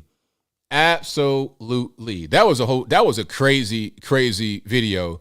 Shout out to my man, Black Hannity, RC Maxwell, for getting that interview with her. That was hilarious. Thank you to Charles Hunter Jr. who says, ABL, have you heard that Pelosi dropped the stupid, quote, assault weapon ban proposal? She doesn't have the votes. On another note, I recommend Gun Owners of America and Second Amendment Foundation. Well, shout out to them. Thank you to Matt Tastic, who says, hello from Australia. Hey, I did a story about you guys coming out tomorrow about the whole rugby team thing. So look out for that coming early tomorrow. Thank you to Lancelot, who said, shout out for the Republic of Barbados. Cheers. Thank you for that. Thank you to Noah Garcia, who says, how did they get robbed for almost $400,000, but his back chart looks like projector screen from 1993? I think the money is invested into the wrong place, right? That's kind of what's going on. He could do a lot better for that background. Thank you to Michelle Bender for your donation. Thank you to Noah Garcia, who says, with that type of money, he could get a Jesus statue made with a Jesus piece. Come on, Jesus on Jesus, exactly. Boat versus Windshield says, the last 5 days, America has been running okay. If only Brennan could stay out of it for the next 2 years. Right. Thank you to Apple, who says, I blame the FBI and DOJ for planning J6 inside job that entrapped innocent MAGA patriots. I was wrong. Reports are out that it was General Milley. Thank you to Apple again, who says, that's right. U.S. military had a coup versus Trump. Arrest General Milley and all deep state traitors. God bless J6 MAGA patriots in D.C. jail solitary. Thank you. Boat versus Windshield says, let us not forget there are still thousands of Americans trapped in Afghanistan. This is not a WNBA player smuggling pot. They need Biden's help more. I agree with you 100%. Apple also says the Democrats will pay for Seth Rich, Chris Stevens, Sean Smith, Todd Woods, Glenn Doherty, Ashley Babbitt, Roseanne Boyle, Matthew Perna, Mark Ongst. ABL, you do drive carts as a kid, fun, skateboard. I did go-karts as a kid, of course. Everybody did go-karts. I tried to skateboard, but it wasn't really my thing. I was more of a bicycle kind of guy. Mountain bikes, that was my main thing. Ride bikes everywhere, all over the whole world, it felt like. Also, ABL family, listen to Michael Jackson or Prince. I think we have a Michael Jackson crowd, probably. Me, I was a Michael Jackson fan. Prince was, I feel like, a little bit too, I couldn't really relate to it at a young age. It was a little bit too grown, adult. It was kind of, I wasn't ready at a young age to see Prince with his hind parts out in those chaps. I wasn't ready for that. I was more of the 1,000 zippers on the jacket type of guy when I was a kid. Boat versus Windshield says, I saw all those same symbols on the Ukraine Azov division. The media assured me those are not Nazi symbols. Exactly. So we're talking about the Turning Point USA thing, right? Where you have these guys outside that are so-called protesting, and they have all this this symbolism on them, all these symbols, right? It looks just like the Azov battalion in Ukraine. But I'm being told that these guys are the good guys. So I'm just kind of confused. Why are they wearing the same symbols, but one set of guys are evil and the other guys are good? I don't understand how that makes any sense. So I'll keep on going. Let me see. Apple also says, ABL, you like old school country music? Johnny Cash, Kenny Rogers, Waylon Jennings, Willie Nelson, Charlie Pride, Crystal Gale, Dolly Parton, Oak Ridge Boys. Not really necessarily, but I like some songs. Of course, Dolly Parton is like a hero, especially around here. Dolly Parton is like, I can't even really put it into words. Dolly Parton is like the queen of the South, essentially. Yeah, she's like a whole deity out here. It's really serious. Everybody loves Dolly. You know, even throughout this political stuff she's been doing, nobody can say anything bad about Dolly at all. Like, she does a lot for her community and a lot just for people. So, yeah, I like Dolly just in general. And I like some of her songs, too. But beyond that, I don't really know a lot of songs from country people. But if I hear a song I like, I'll recognize it. But I don't know all the specific names. But Dolly, because of where I live right now in Tennessee, she's like the main, like I said, queen of the South. Bob vs. Windshield says, The View is owned by Disney. Is anyone shocked? Not at all. Apple says, ABL, 3 live streams ago, you talked about in West Virginia, people have homes in the cracks of mountains. Can they drive vehicles in there? Sunlight, Wi-Fi?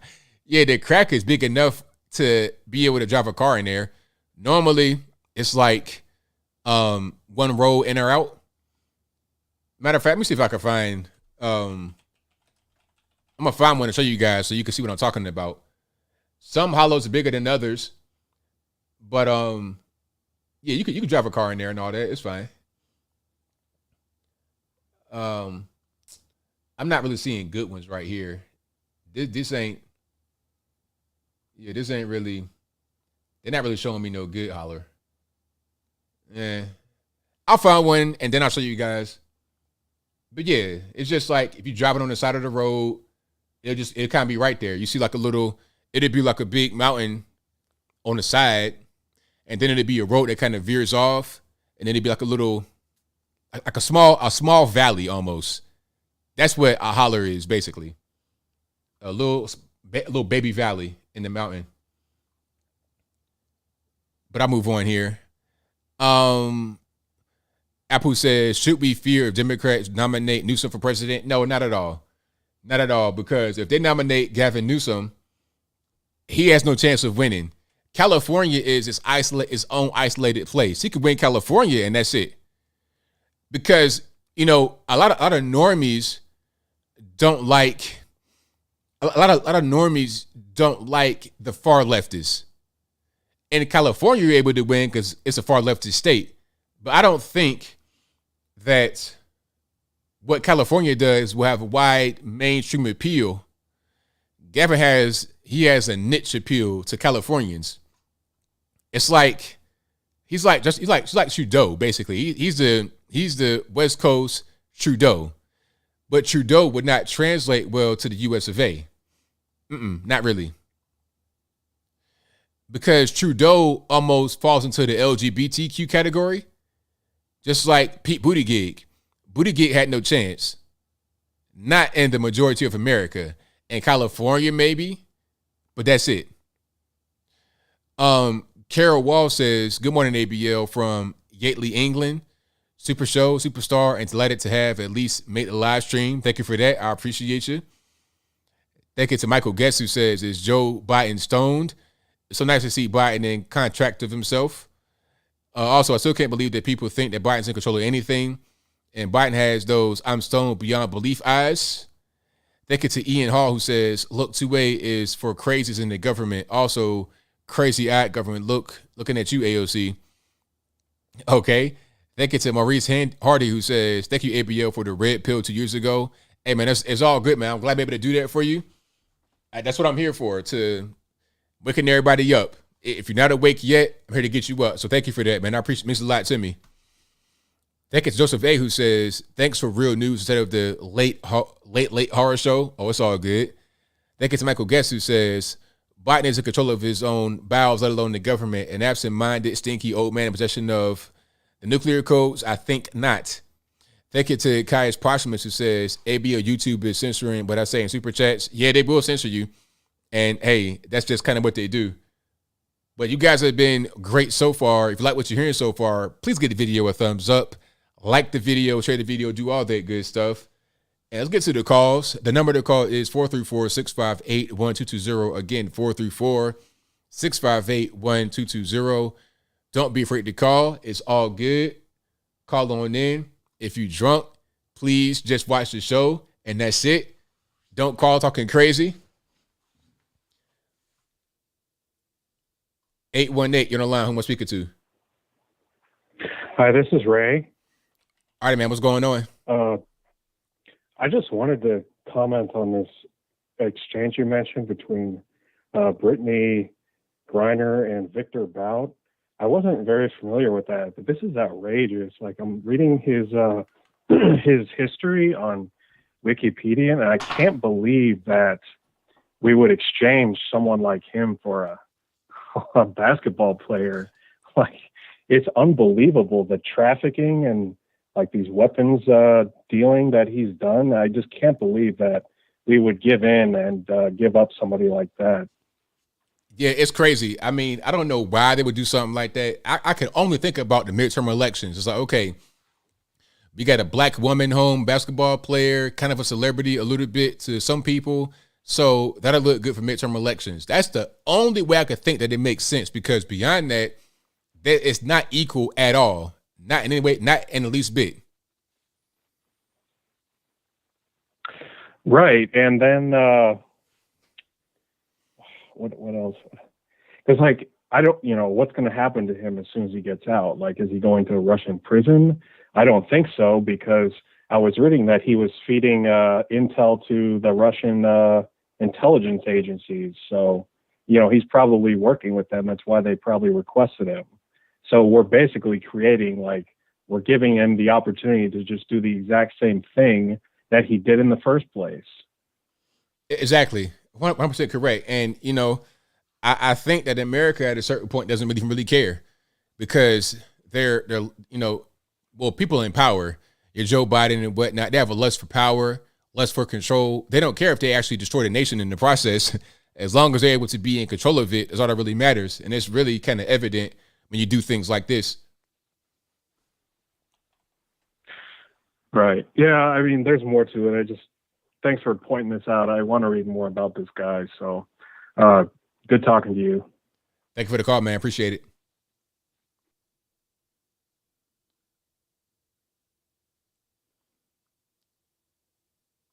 All right, let's go to the next call here. Let's go to 904 to the line. Who am I speaking to? Hello, this is Terrence. All right, man. What's going on? Hey, man, I just want to say, first of all, I love what you're doing. I'm proud of you, my man. Well, thank you. Appreciate it. I'm gonna do the Brittany thing really quick. I'm prior military, and it's a power play. I understand. We got to get these people out of our country. Bring her back. Let her play basketball. Let her play basketball. She's 6'8". She's a man. She's basically a man. And I just know, being prior military, this guy, he's already tagged. He can't hide. I don't want to say too much. He can't hide. Right. But we can keep track of him when he leaves our country. It's a good power play. And I doubt this administration, I'm not saying any names, not going to put the B in on it, but it's a good power play. And I think that it was good. I'm not going to keep you too long, but it was good to hear your voice. I love what you're doing. I'm proud of you, brother. And you be good. God bless you. Thank you for the call. Appreciate it. Bye. Bye now. Great call. Shout out to the caller. Let's go to 813 on the line. Who am I speaking to? Hey, man. How you doing? Just watching the show right now. Hey, is this ABL? Yes, it is. Okay, cool. Yeah, I don't know. Do you think Biden might actually not be alive anymore? Because that looked like a deep fake to me. Well, I think he's living, but I think they're doing something to him at certain times? Some kind of drug concoction they got them on to make them look like that. Whenever I was watching them, it looked like the eyes it looked to me kind of like the eyes moved a little bit separately within the frame rate, like a little bit separately from the face. It kind of looked like it was like an image of Joe Biden's face, like overlaid over a guy's face. Okay, I see what you mean. So it's like it was two faces put together, and they try to sync it up to where it appeared to be natural, but it wasn't natural. Yeah, like it looked like something that, like, I don't know. Do you know what a deep fake is? Yes. Okay, that's what it looked like they were doing to him. It looked like it might have been a different guy, and he tried doing his hair. But if you look at his hair also in that video, it's combed in the opposite direction from the flag, whereas all the other videos that you see of Biden, his hair is combed the other way. Not many people really comb their hair over the different direction. Well, I mean, that's the way to look at it. I mean, I have to kind of look at it a little bit more, but I see what you mean. But I mean, it might be wrong. It's just the way it looks like to me, anyway. Yeah, I understand. Yeah. Well, anyway, I like the show, man. Well, thank you for the call, man. Definitely appreciate you. Yeah. Take care. Yeah, I see where he's coming from though, because the video does look kind of. It looks not kind of fishy. It looks very fishy. They did something to him, whether it's drugs or I don't know what happened, but there's something off. 334, you're online. Who am I speaking to? JoJo. All righty, man. What's happening? Not a whole lot. I wanted to ask about Nancy Pelosi, what y'all thought about her trying to plan that trip over there and China's response. I think she might need to stay home because China. Yeah, China doesn't really play around with stuff like that because the whole thing is, she wants to go to Taiwan, but China is like, look, Taiwan's not a country. Taiwan is part of China. So if you want to go to China, you better go to Beijing or Shanghai. Don't go to no Taiwan by itself. So that might be a problem for her. Yeah, that's what I was thinking too. I saw something that she might have retracted it, but I don't know for sure. Well, that's all I was wanting. I was wanting to see your take on that. Well, thank you for the call, man. I appreciate you. All right. Appreciate you and what you do.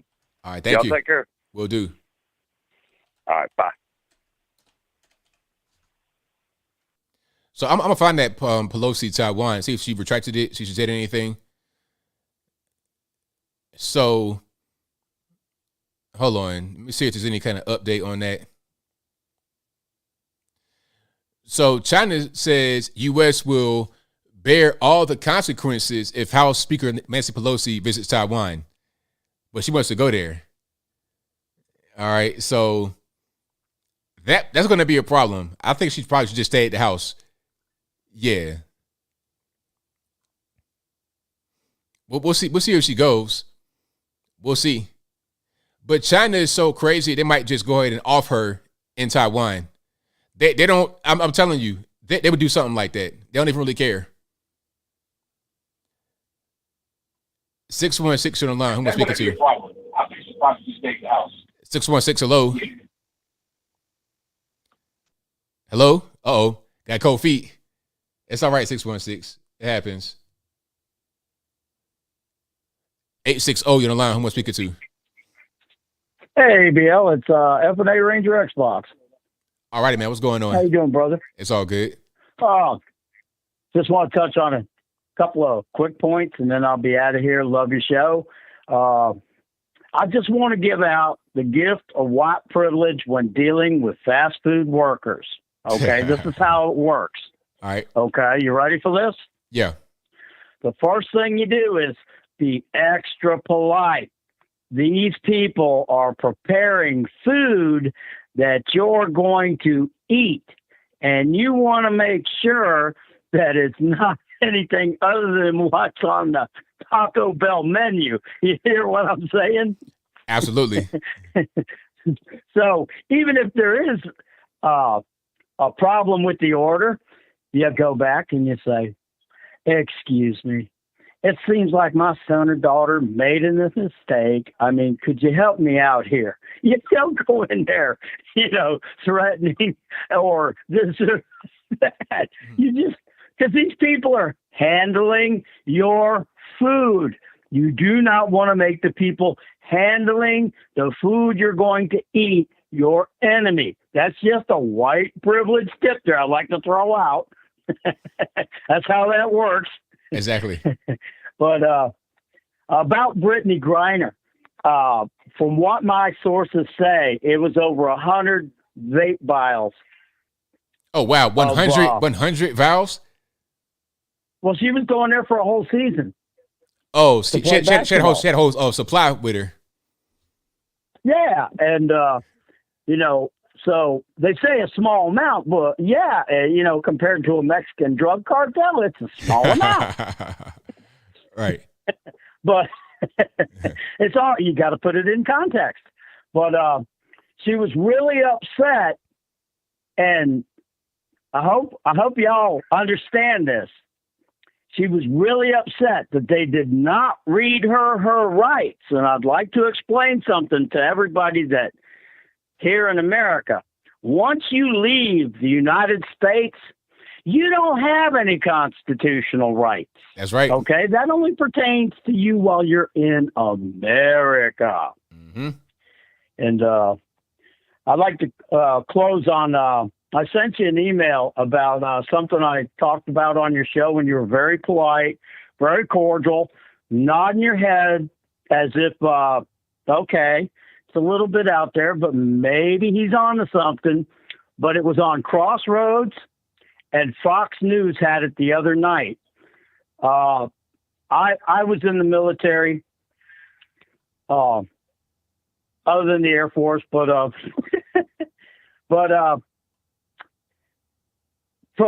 in 2019, the CIA put out to the military, do not take any DNA tests. Okay. And then, at this COVID thing, all of a sudden China's wanting to give free COVID testing that you put the results in the computer. You follow me? Yeah. Well, the reason why the military told their personnel in 2019 not to take any DNA history tests is because they're working on making genetic specific viruses to kill people by your family. If your brother gave a DNA test, they could make a virus that will wipe out your family.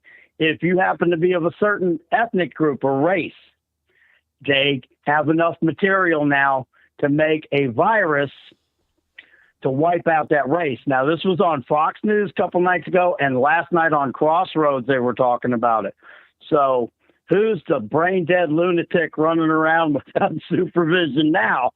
Right. But I sent you an email with all the links in it, brother. And I sent an old video of you talking about China and Africa. And remember what I told you about what the Chinese want to do there? What's that? They want to kill off all the people and take the land. Yeah.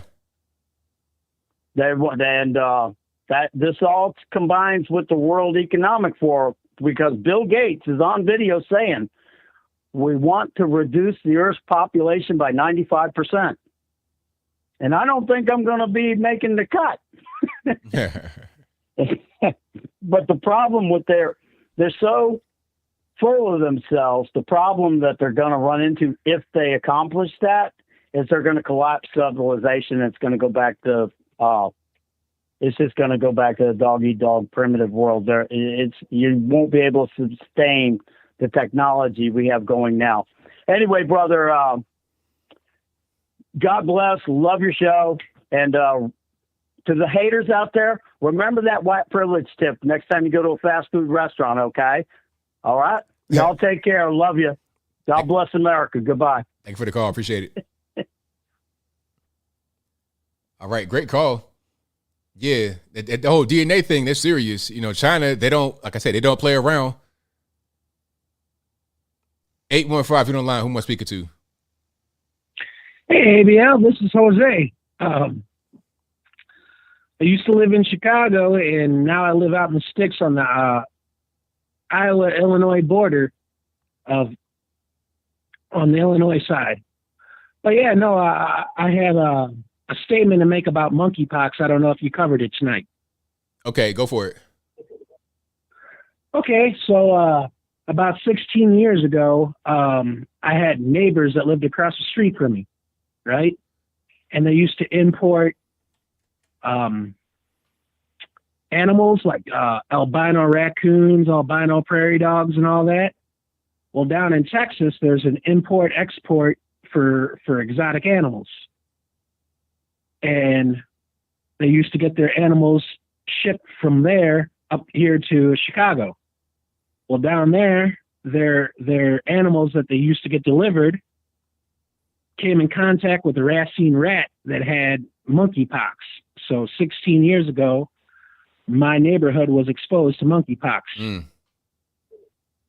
And basically, we found out that it's basically just contact. So a lot of people, I know they're talking about all this gay stuff. Yeah, it's probably a lot about their behaviors, but it's pretty much just contact.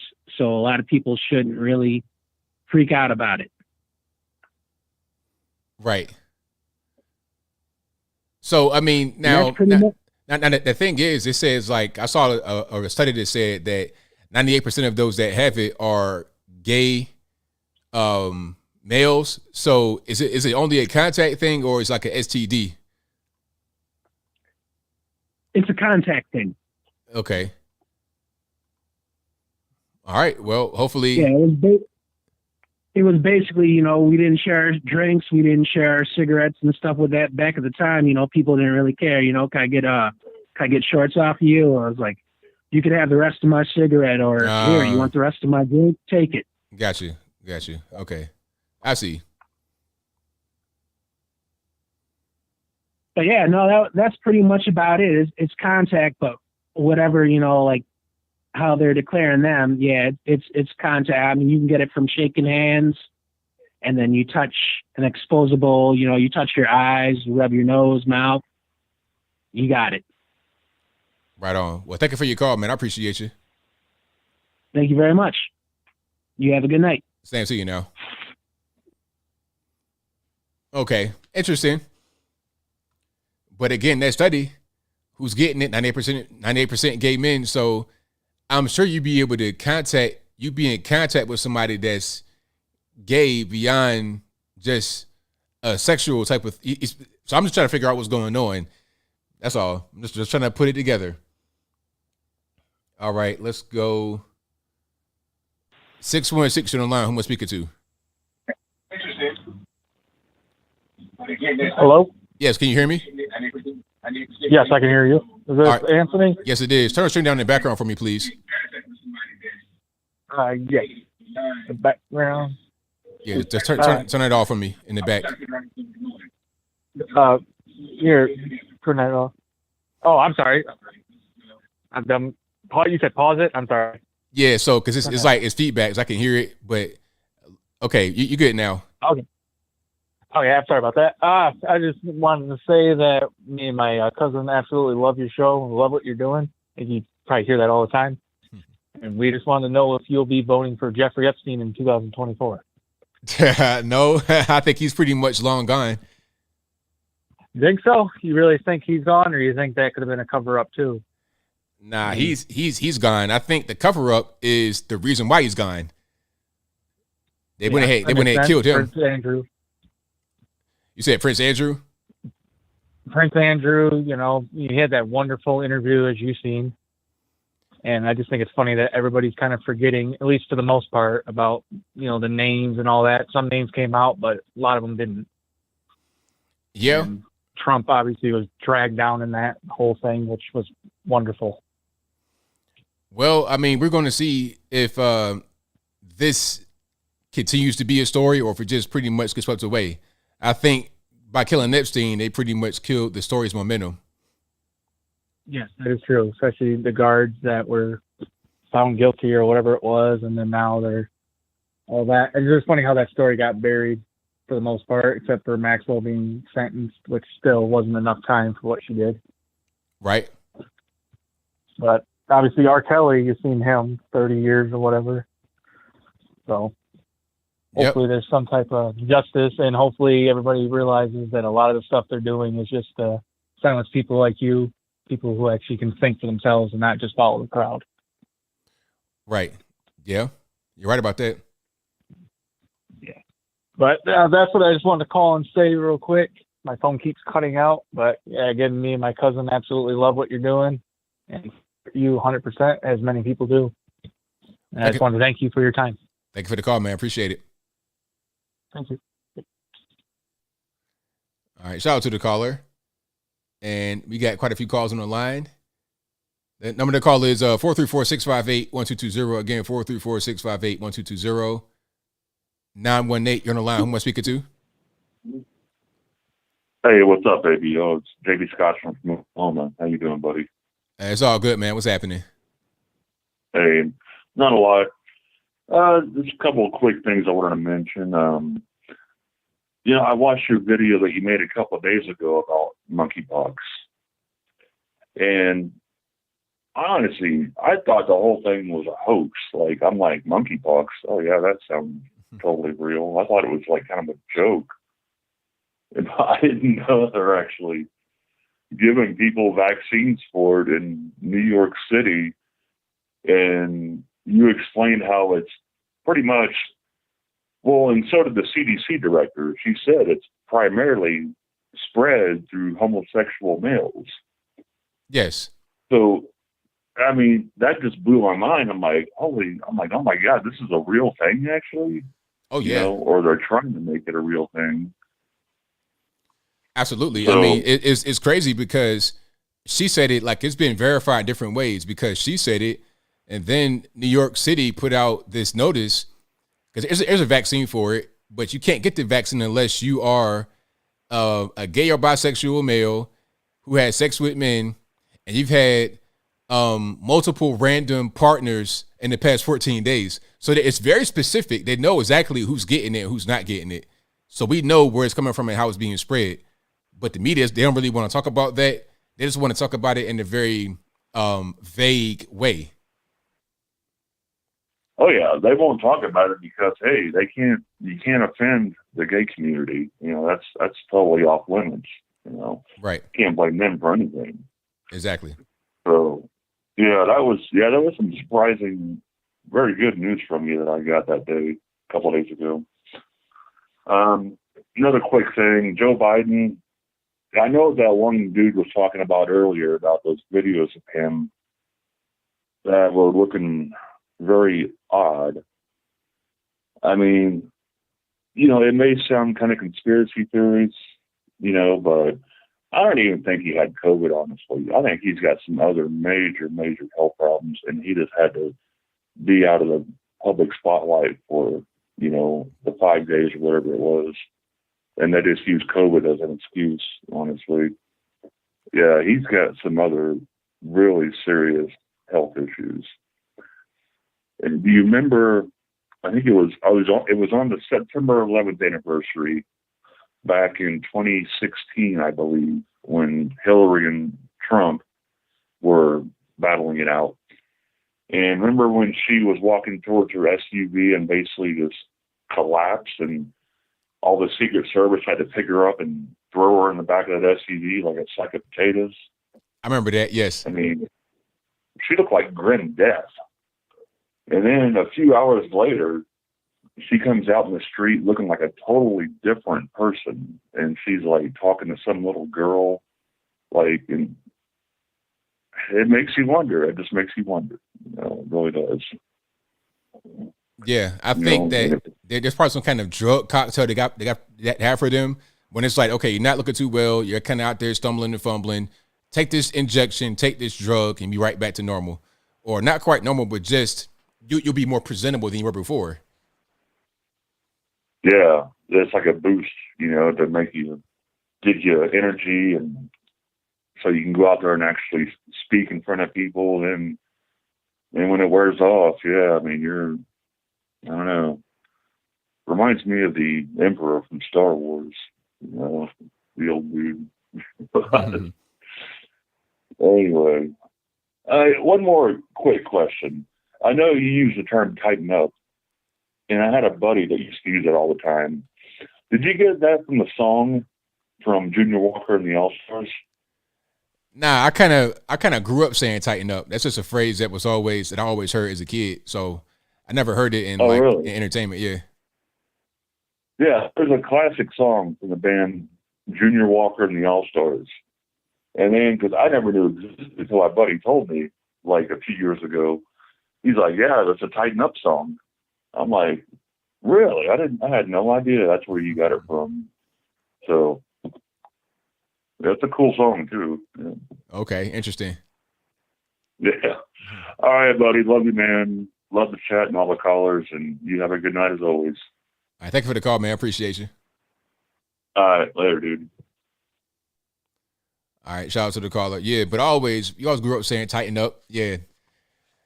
Yeah, I would hear that from like from uncles. That's like the typical uncle. Tighten up, boy. That's what I always heard as a kid. Okay, let's get to some more here. Let's go. All right. 209 on the line. Who am I speaking to? Hello? Is this ABL? Yes, it is. Hey, ABL, hold on. Let me turn down my TV. This is my first time ever calling. But do you ever wonder how come they want a different candidate for 2024 instead of Biden when he's doing all their dirty work? Because they know that he's unpopular and he might mess around and die pretty soon. So they don't want to run him. Like, if you got to run him on the campaign trail in 2024, it's going to be all bad. He won't make it. Just like Hillary Clinton, they saw what happened with her. They pretty much dragged her through the campaign. And also, let's not forget this. Biden couldn't really campaign last time. They had him in the basement the whole time. But he can't do that now because they know ain't no more virus excuse. They can't say, oh, he's trying to avoid the virus. Nah, because when he caught the virus this time, he's still working and still doing stuff. So, no, you got to be out there campaigning. And if you get a guy like Ron DeSantis, who's going to be young, energetic, out there moving and grooving, it's no competition. They got to get a Gavin Newsom or some moron like that to go out there and be more active. Oh, okay. Well, yeah. I was just wondering because it seemed like everything they wanted him to do, like destroy the country, he's doing it. So why pick somebody else? Yeah, I mean, it's a good question. But, like I say, if he goes out there in the campaign trail and he pretty much malfunctions and falls apart, falls on the ground, that's going to be an instant L. He won't be able to win like that. Yeah. All right. Yeah, that was just a question I was always had on my mind as to why they want to get rid of him since he's already accomplished everything. Right. All right, ABL, keep it up, man. Last Wednesday, okay, I'm a truck driver. I got home early last Wednesday. I'm like, damn, I'm going to be home and watch ABL. And you wasn't even on. Oh, Don't man. do that to me no more. All right, I got you. I ain't doing it no more. All right. Thank you. Have a good night. All right, now, same to you. Okay. Bye-bye. All right. Shout out to you guys for calling in. You guys are the best audience anywhere on the internet. The number to call, 434-658-1220. 916 on the line. Who am I speaking to? Hi, my name's Lisa from. All righty. What's going on? Hi, we watch you all the time. And I just wanted to let you know the family loves you, the kids love you, and I really think you are. Are we talking right now? Am I on air? Yeah. So turn the speakers down in the background for me, please, because that's the stream. Just turn that down for me in the background. I turned it. I just paused it. Okay. I just wanted to let you know that it's really nice to see, a different perspective from yourself. I watch. Now I'm going to forget because, of course, because I'm on the radio, but right. Our TV, you know what I mean. Anywho, I just wanted to give you a shout out and tell you that we watch you, and you make me not freak out. I've been freaking out a lot because the world's changing. Biden is terrible. His son is even worse. The fact that these guys never get in trouble and go to jail is ridiculous. I mean, I could go on and on. I mean, they shouldn't have put us all out on timeout when they gave us the China virus, because I think it woke a lot of people up, and we are seeing what these rats are all about. I'm sorry, I could talk about this all day. Nah, but I understand what you mean 100%. You know, it's like now we can really see. If we didn't see it before, we definitely see it now. We're totally aware of what's happening. So they give us that time so they kind of tune in. Nah, but you're right on point. Well, I'm just saying, like, and the fact that they act like we can't see it when it's so visible in front of us, it's worrisome that we're still dealing with it. There has to be a time, as the American people, I know we're not going to go and hurt anybody, but there has to be a time where we say enough's enough. You know, like, we need to stand up in some form, and it's going to take a lot of us. Like, I'm not going to bring up January 6th because that's dumb and it wasn't what they say it is, but it's going to take groups of people like that don't want to hurt anybody to come out and stop all this, because what we're doing now is just sitting around and kind of talking bad about it and not doing anything, or not enough, I don't think. Right, I understand 100%. Well, that was it. I just wanted to throw that out there, and I just wanted to, again, let you know that our family wants you, and we really respect you, and thank you for having me on tonight. Well, thank you for the call. Definitely appreciate you. Okay, well, have a great day. Thank you. All right, now. Bye. Shout out to the caller. Great call. Let's go to 201. You're on the line. I'm speaking to. Peace, ABL. It's Foster the Prankster. How you doing tonight, bro? It's all good, man. Can't complain. Man, it's been a couple episodes since I spoke to you. So a lot of things going on. I thought we would talk about, first, a little bit about the whole police resigning, that whole police department resigning in North Carolina you was talking about earlier. Mm-hmm. I think it's interesting because it's like you said, you know, people will instantly jump on that and be like, oh, it's racism, you know, that's why they left. But, you know, what a lot of people don't know or realize really is that, you know, the black woman has kind of been recruited as the bulldog for this kind of like leftist, fascist, bureaucratic, you know, HR culture that we're in.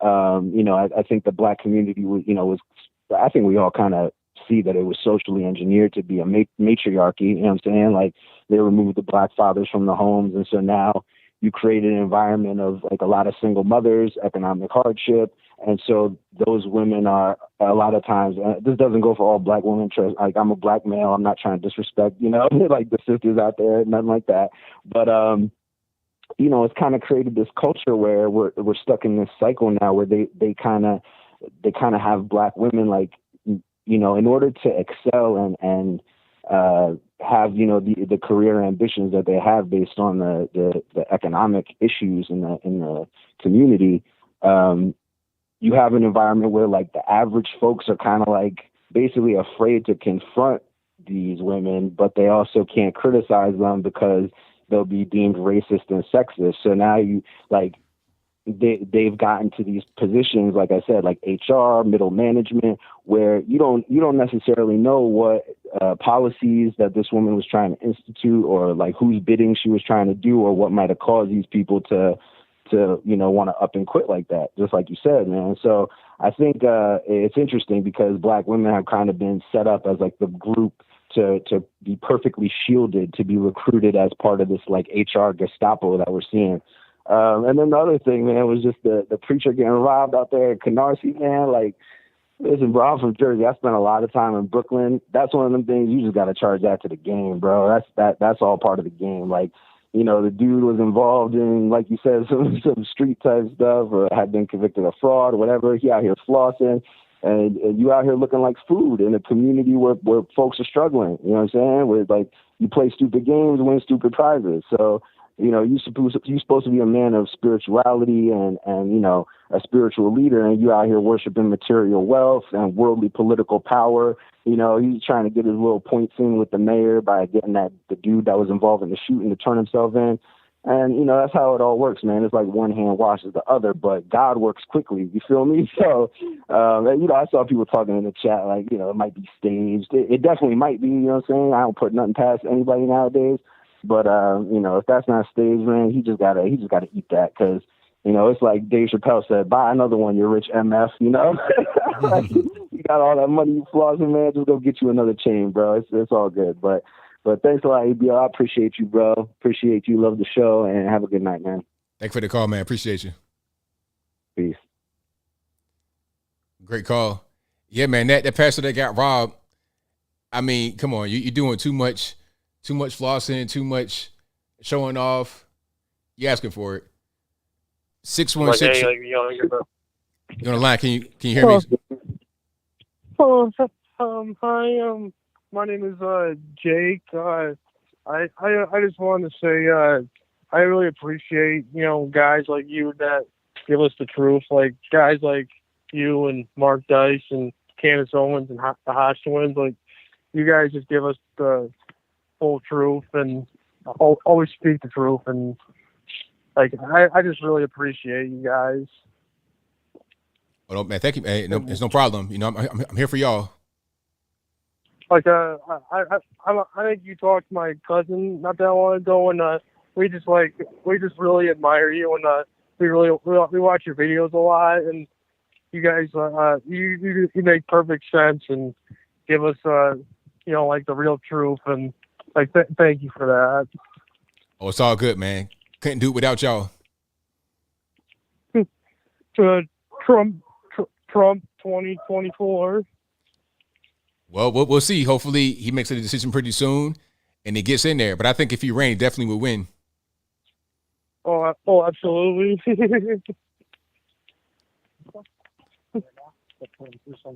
Oh, you think so? Like they probably put him through so much, Oh, it's all good, man. Thank y'all for being supportive and watching the show. Like I said, I couldn't do it without y'all. So thank you for the call, man. I appreciate you. Oh, no, thank you.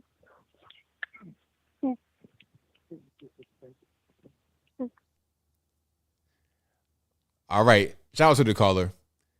I like calls like that. Just showing some love means a lot to me. 928, you're on the line. Who am I speaking to? Hey, this is Whoopi Goldberg from The View. Your voice sounds a little bit different there. No, it's definitely Whoopi. Anyways, man, look, I got a problem. That Charlie guy is coming for us. He's suing us all, and I might not have a job tomorrow. So I was wondering if I could come on your show and give you some stuff about the January 6th commission. Like, turns out Trump was innocent, and I got all the proof. Oh, is that Trust right? me, I'm Whoopi Goldberg. Oh, okay. Look, if you have all the proof, I say come on the show. It's all good. Oh man, look, I gotta come clean, Anthony. It's not Whoopi Goldberg. It's me again, Jack from AZ. Man, I called in a few months back posing as Fredo before he lost his job. Didn't turn out well for him either. But anyways, hey man, love the show. Keep up what you're doing. Had some great calls tonight. I just wanted to call in and give my 2 cents and keep it strong. Everybody keep America strong. God bless America. God bless our vets. And God bless you, sir. Thank you for the call, man. I appreciate you. All right. Take care, bro. Shout out to the caller. Hey, man, I was convinced. I thought I was on the phone with a whole celebrity. Whoopi Goldberg about to leave The View and come to ABL Live. Hey, man, I'm so surprised I'm Whoopi Goldberg. Because the voice acting was spot on. It was a little bit off in the beginning, then he changed it. It was Whoopi Goldberg all day long. All right. Shout out to Ted Danson. 619 on the line. Who am I speaking to? Well, hey, this is T calling out of Cummings, California. All righty. What's going on? Hey, what's happening? I'm just calling to tell everybody out there, don't vote for New Scum, because that's what we call him out here. He's a horrible person. If you think Biden and Harris are bad, you ain't seen nothing yet. Don't get this guy in, whatever you people do. Do not vote for this guy. Well, hopefully people listen to you in California and don't vote for Gavin Newsom, because that's going to be a terrible choice for sure. I mean, the destruction of this state, and I'm not even from here. I'm out here because I was in the military out here. But anyway, I'm living here now, and I can tell you this state is in full destruction. The crime is horrible. I'm down in San Diego area, and I'm seeing it out here where LA, it's pretty normal. You're going to have crime, but nothing like it is right now. And San Francisco is just, well, everybody knows what that is anyway. Oakland, you don't even want to go into Oakland. But San Diego is now becoming what LA is. And with the robbing and, you know, you can't even go out for a quiet dinner. It's getting scary. So I don't go anywhere, at least without a knife or something on me. I mean, usually you'd be quiet and you can go out for a nice run. Now I'm always looking around and I have weapons on me at all the time because you just never know. Of course, if you defend yourself out in Connie, California, they'll come after you and want to imprison you. But either way, they're going to be the ones end up in the blood, not me. So whatever happens, happens. But it's violent out here. And I've been even seeing these illegals that they're bringing in, allowing, I should say, letting walk in. We're seeing them walk through the neighborhoods now with backpacks, and the backpacks are all the same, so we know where they're coming from. So they're just pouring in here like, you know, every day, walking around the neighborhood. So anyway, it's a terrible state. Newsom is definitely not the person, and I just hope no one is stupid enough to vote for this guy. That's all I want to say. But ABL, thank you so much for what you do. I appreciate it, and I watch you and Jericho Green and Brandon Tatum. You three are my top three people, so I really appreciate you all. Thank you for your call. Appreciate you. Thank you. Have a good night. Great call. Shout out to the caller. I see this video right here about monkeypox. I guess somebody was on Fox talking about the whole situation. I think I'm going to do a video about that tomorrow. I might save that for that. I say that for tomorrow and just go ahead and cover that then. All right. But the number to call, 434-658-1220. 616 on the line. Who am I speaking to? Hello, my name is Mike from Michigan. All righty, what's happening? How you doing? I just wanted to chat with you about, I don't understand how the how the border could just be infiltrated the way that it is and nobody does anything about it. I was wondering what your thoughts were, because it seems weird to me that we can have, you know, illegals who come in and inherently break the law to begin with, and then we have some states here and communities that want to give them rights, I guess, and I don't understand how that works. And I was wondering what your thoughts were on that. Well, I think that it's being done on purpose. It's being done for a particular reason. Well, for a few reasons. The first is that. Well, go ahead. Go ahead. No, go ahead. I was just going to say I'm aware of how they're trying to bring them in to get them to vote Democrat. I mean, I understand that. I also understand how that's not really working out for them too well. But I guess my question specifically, without wasting too much of your time, sir, is where is the resistance that says this is against the Constitution and against our federal law? And how come not only are these illegals, and I understand the politics behind it, I just don't understand where is the rest of us or our leadership or what have you that says, no, you can say or do what you want, but the bottom line is this is illegal from the get-go, and why is it so easy for everybody involved, which I guess is all of us, to just be like, no, it's against the law. There's plenty of, paper trail to prove that Constitution and whatnot that says no. Where is everybody saying no? And why aren't the people who are allowing this to happen being held accountable? I mean, accessory is accessory, right? I mean, it don't matter if it's you or me, anybody else. If you see a crime happening, you're letting it happening, and then you facilitate it. I guess I just don't understand. Maybe it's a culture thing or whatever, but it drives me bonkers that this is not like a silly, muddy, like transsexual kind of crap that goes on. I mean, this is like blatant, hard line, factual, can be proven. It's time to stop this. Why is it so easy for everybody? I'm asking you stuff you can't answer. I'm just frustrated, and you're cool. What the hell, And now I'll stop talking. Go ahead. Okay, so basically, what I was saying is that they're doing it for a particular reason, for a few reasons, and once you understand the reasons, then you understand why it's not being stopped. Some people are going to try to stop it, but not enough to override those who want this to happen. The first thing is that the party in power right now, the Democratic Party, they want Americans to be less resistant to whatever they want to do as on a federal level. So the best way to do that is to flood them with drugs, put them on opiates, letting the fentanyl come across. Okay. That's the first thing. Second thing is, since they know that we're going to be flooded with drugs and opiates, have the illegal aliens come in and have them do work because they're going to be in a vulnerable position trying to gain citizenship. So it's not even the votes are one thing. It's about having that illegal alien labor to come in that's going to be vulnerable because a lot of other Americans are going to be too hooked on opiates to work. See, that's what my opinion is. That's why it's being allowed to happen. Those that want to fight against it are in the minority. Those who want this to happen are in the majority, especially in the federal government. We're talking about Democratic Party. That's what's happening, in my opinion. Yeah, of course. Yeah. Sorry. Yes, I agree completely. Yep. So, hey, man, thank you for the call. I definitely appreciate you. Yeah, I got one more question, and this is just an opinion. So, how do we fight this? And I don't mean like fight because whatever, but I mean how do we fix this? How's that? How does this get fixed?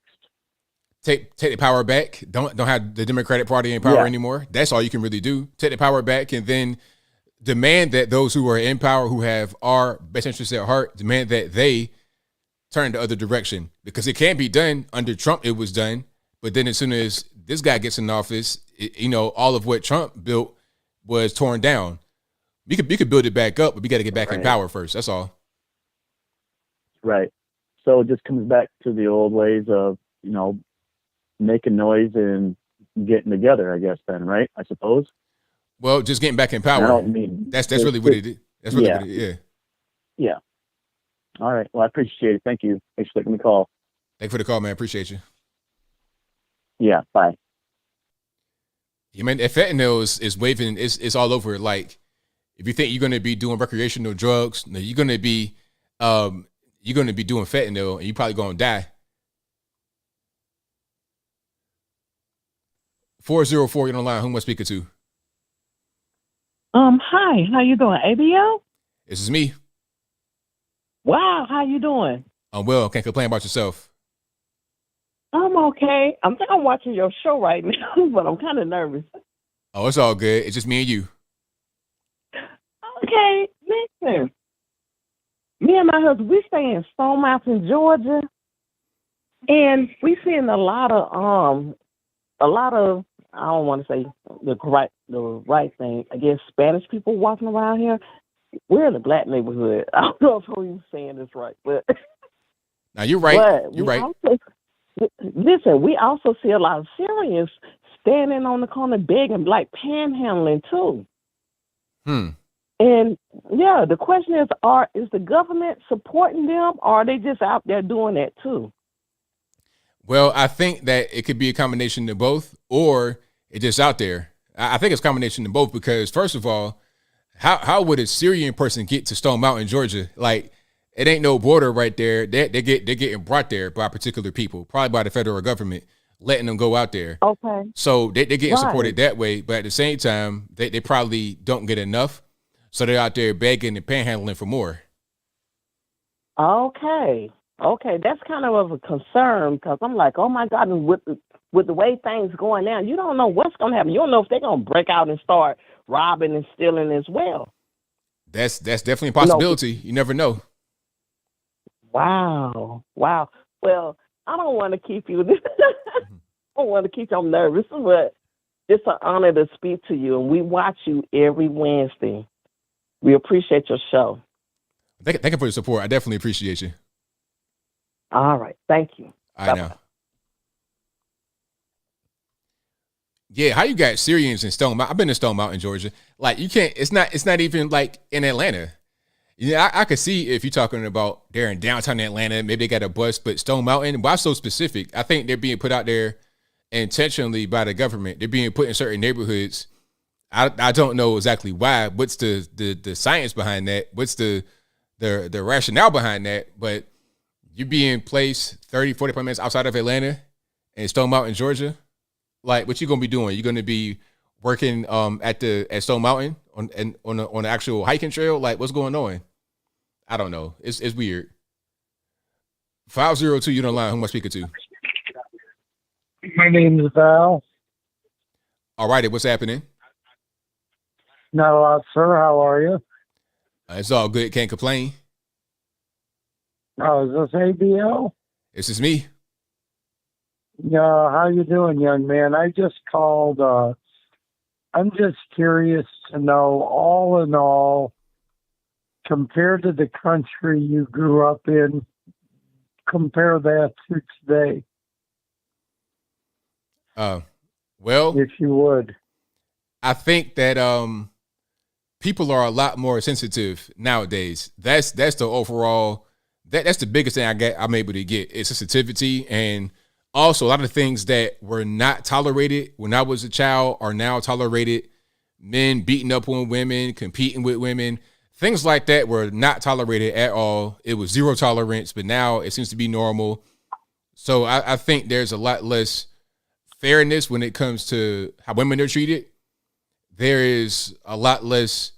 There's a lot more people that are sensitive to anything. They can't say anything. We have less censorship and more censorship. When you're talking about watching television, you can see pretty much everything. All parts of a woman's body can be seen on television, social media, everywhere. But you can't say certain words that just 5 years ago were not offensive at all. So things are getting kind of strange. But overall, I think that it's still a beautiful country, the best on earth, but things have gotten strange. well, I mean, I was born in the mid '60s, and I grew up in the Northeast, and I've lived all over. I've lived in every region of our country. I've settled in the South, the mid South,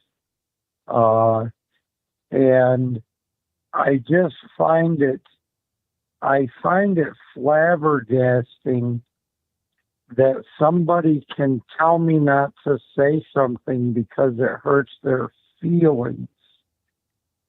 I mean, that blows my mind, bro. That when I was a kid, you were told to grow up, over something menial like what somebody says to you. Sticks and stones may break my bones.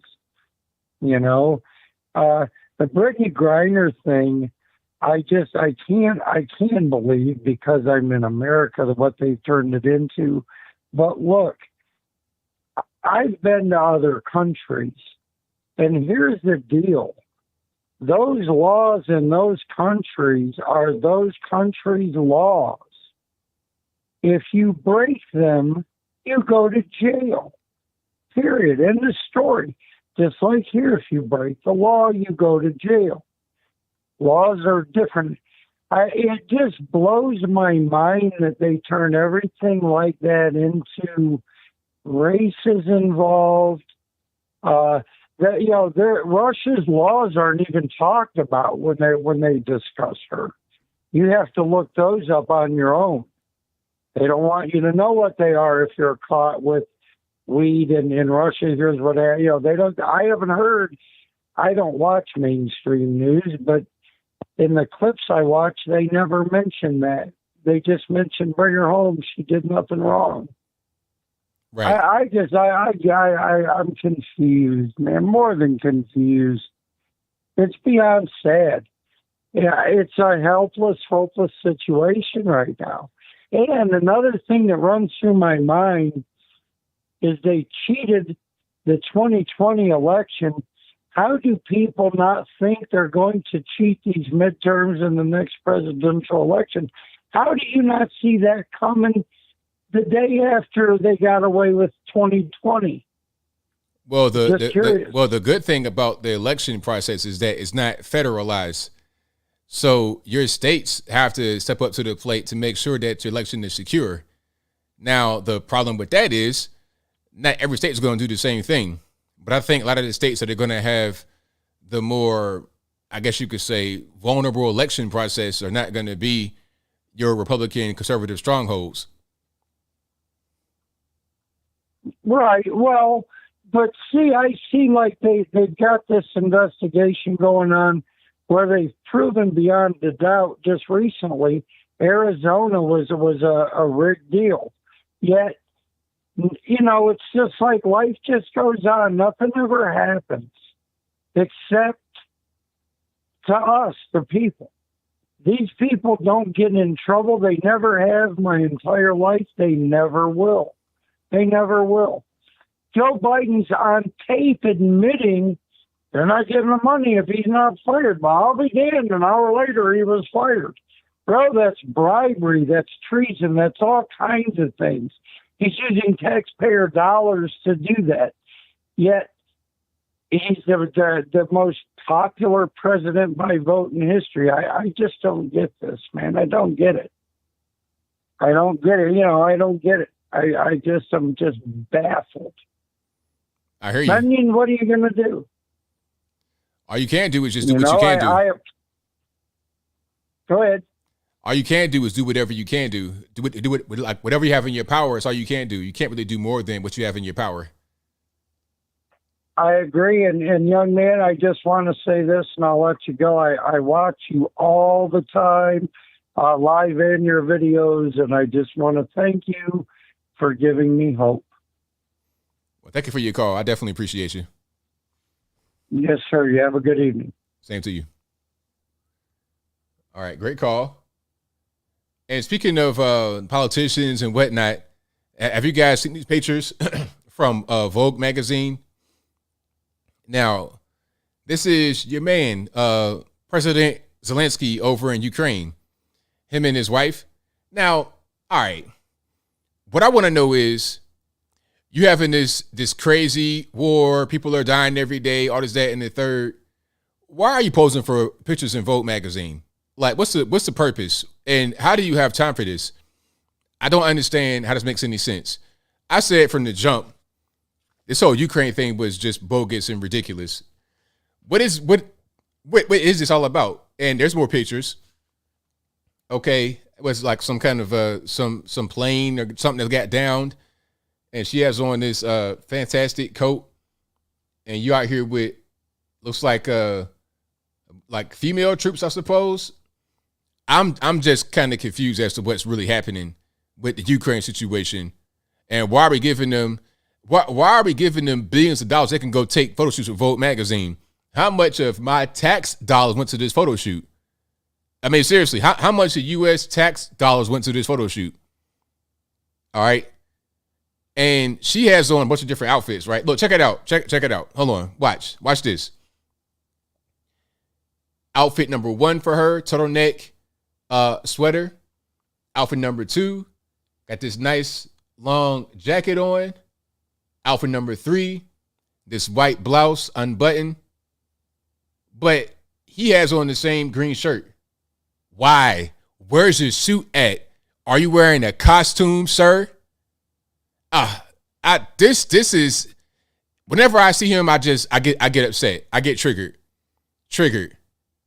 This is so blatantly just ridiculous. I don't want to give one more red cent to Ukraine ever in my life. Shout out to Ukrainian people, but not Ukraine as a government, not that government, not that whole charade that's happening over there. I don't want to give them one more red cent. All right, Victor, what's happening? Hey, thanks for taking my call. No problem. Hey, you know about that gangbanging mother that's from the Santana Block Crip? Oh, yeah, that was crazy. The mom that was out there said, yeah, I'm a Santana Block Crip, so it do what it do. Yeah. That was crazy. Yeah, you know, you know how people are talking about how she's not even worried about it, and she decided not to go to the hospital instead of doing the interview. Yeah. Yeah. That is a prime example of street politics right there. Yep. If people don't know, it was something going on in that gang. I did catch a YouTube video that had more details about it, and it seemed like it's true because it's their information corroborated with all the what's been reported in the news. In the news, they said that there's an eternal conflict that's going on within that gang. From what it seemed like, those that adopted son and the other person who got killed, they were probably on bad terms with the gang. That gang probably told them not to come by because that was during their hood day. If you don't know about hood day, that's when all the gangs, all that gang all gather around and just have a big old party. They probably told them not to come around during the hood day. They went anyway, and they killed them for it. I think that's why that adopted mother, wasn't really bothered about it, especially when she was shouting out her gang, because she probably knew that her adopted son was on bad terms with the gang. Okay, I see. Yeah. Did you hear about what happened in Michigan? I'm not sure if I did. The medical school in University. Where they all walked out on the pro-life speaker? Yeah. I mean, the sad thing is, it wasn't even about pro-life.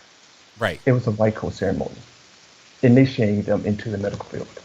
Yeah, it wasn't even about like the speech, like what that moment was not about being pro-life, but because the person has pro-life views outside of that particular setting, then they walked out. Yeah. And I gotta say, that was very personal to me. And I'm not going to go into details, but that's why I had to lay low, because something like that almost hit very home personal to me. Wow. Yeah. So everybody's up in the war about the Merriam Dictionary adding a new definition to female. Wow, I didn't see that. So what are they saying now? Like, is how you feel? Like, what's the extra layer they added to it? Yeah, the extra one is having a gender identity that is opposite of male. But however, you realize that they still didn't get rid of the objective definition of female, which is an organism that produce eggs and have an XX chromosome. Right. Therefore, Merriam-Webster is saying that a person can identify as someone who could produce eggs and give birth. Yeah, it doesn't make much sense. Yeah, this goes to show you that they try to make this man and woman so subjective. When they do that, they are still conforming to the objective characteristic of man and woman, which is a woman is a person who can give birth. Even if you read the WHO, when they talk about gender, sex, and gender identity, they separated gender from gender identity to show that gender identity is purely subjective. And they're also realizing that even though they say that gender is a social construct, they are also recognizing that one of those characteristics of gender is female, because they also realize that sex and gender are similar. I ask these people that if you truly think that this is gender identity is so subjective, then why are you going out of your way, mutilating your body, trying to change the hormonal balance of your body just to try to show what a woman is? It's just, instead of just changing anything in your body, just call yourself a woman if you feel like it's totally subjective. yet you are trying to you are trying to you are trying to meet the standard of what you believe what an actual woman is because you are conforming to the objective characteristics of woman. Right. You know, so yeah, it just shows that how they're realizing that they are conforming to some type of objective standards and they just don't want to do it. Anyway, thanks for taking my call. Thank you for the call, man. Appreciate you. All right, bye. That was a great call from Victor. Now I got some videos I want to. He mentioned a couple of videos I have right here. These videos are crazy. I almost did a video on these, but it was kind of like not enough for a full video. I'm gonna just play them right quick, and then I get back to the calls. Number to call 434-658-1220. Give me 1 second. Let me just load them up right here. So here is the video about the Michigan situation. So the caption says, incoming medical students walk out at University of Michigan's white coat ceremony as a keynote speaker is openly anti-abortion. So it's just, the person just happens to be anti-abortion or pro-life, but that wasn't what this was about. That wasn't even really mentioned. It just happened to have that viewpoint outside of that. So you can see him right there, like center. People are walking out. Good afternoon. I'm quite honored to have been chosen as this year's white coat ceremony speaker. She just started. She just got introduced, and they're walking out immediately. So she hadn't even been speaking. She just got introduced. They're clapping, and people are walking out. I'd like to extend a very warm welcome to everyone who has joined us for this. That's not a very good sign for our future. That's our future right there. Walking out the building because somebody's pro-life. Special day. Especially. Okay, so that's the first one, and the second one is crazy. So, let's go read the caption. Shout out to Andy No for posting this. It says KTLA interviewed a woman who said her adopted son was killed after a deadly mass shooting on Sunday in San Pedro, LA. She gives a shout out to the gang in the interview. What she did was she banged her hood.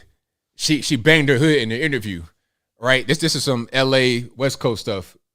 2 were killed, 5 others were wounded in the mass shooting. No one has been arrested. A mass shooting, huh? In San Pedro, LA. Have you heard about it? No, you haven't. Why? You see why? You see why? Ain't nobody white involved. Ain't no white mass shooter, no white on black crime, no racial element. It's just black on black. So who cares, right? It's the weekend, and I don't know. I can't speak for everybody else, but I'm from Santana Block Crip, so it's gonna do what it. I'm from Santana Block Crip. Did you hear that? This means my gang is Santana Block Crip. One more time. It's the weekend, and I don't know. I can't speak for everybody else, but I'm from Santana Block Crip, so it's gonna do what it do. Well, I hope your adoptive son is okay, that you're able to get a hold of. I heard that he passed. Yeah. Somebody's auntie out here banging their hood. Like, if that's going on, what are the kids? How can the kids operate normally in that kind of environment? Can they operate normally in that kind of environment? With the auntie banging the hood on camera during the interview in the daytime? I mean, what are you to do? What are you to do? That when I saw that, I was flabbergasted. O'Shea Duke Jackson, if you're listening to me, please do a video on that. Please do a video, because you from LA, you from Sacramento. Please do a video on that, because I was mortified when I saw that. Mortified. But let's keep on going here. The number to call 434-658-1220. Again, 434-658-1220. Let's go ahead and keep rocking. All right, let's go. Okay, hold on 1 second here. 615, you're online. Who am I speaking to? Man, I'm glad you answered this phone, dude, because that right there just got me lit up. It's Boomhauer, man. How you doing? It's all good, man. What's happening? All right, so I know you remember the fact that me and Mrs. Boomhauer can't have no kids, and we had to adopt that little girl, and she graduated from college and all that, and it's all good. So she made it through everything, and everything's good. But man, when I saw that video of that lady right there throwing up them gang signs, I'm like, hold up, man, you have no idea what I had to go through to get this kid. And what I had to go through to keep this kid in school, and I'm just saying, man, I'm straight, man. First of all, I identify as a cartoon from the hill, and I'm wearing a black shirt with a flag on it right now. So those are my pronouns. So y'all say what y'all want to say. It is what it is. But when you're standing, I ain't never been in front of a judge ever in my life. But when I'm standing there looking at this judge, and this judge is telling me straight up, hey, man, I'm going to tell you right now, this kid better be in school. You better take this kid and do this. He's telling me this, and this. And I'm like, all right. And I'm just looking at him like, okay, like, I'm going to stand up, man. I'll do that, But he's also looking at me like, no, you can see it in his eyes. He's giving him Joe Biden eyes, them robot Joe Biden eyes going, you better keep the girl straight.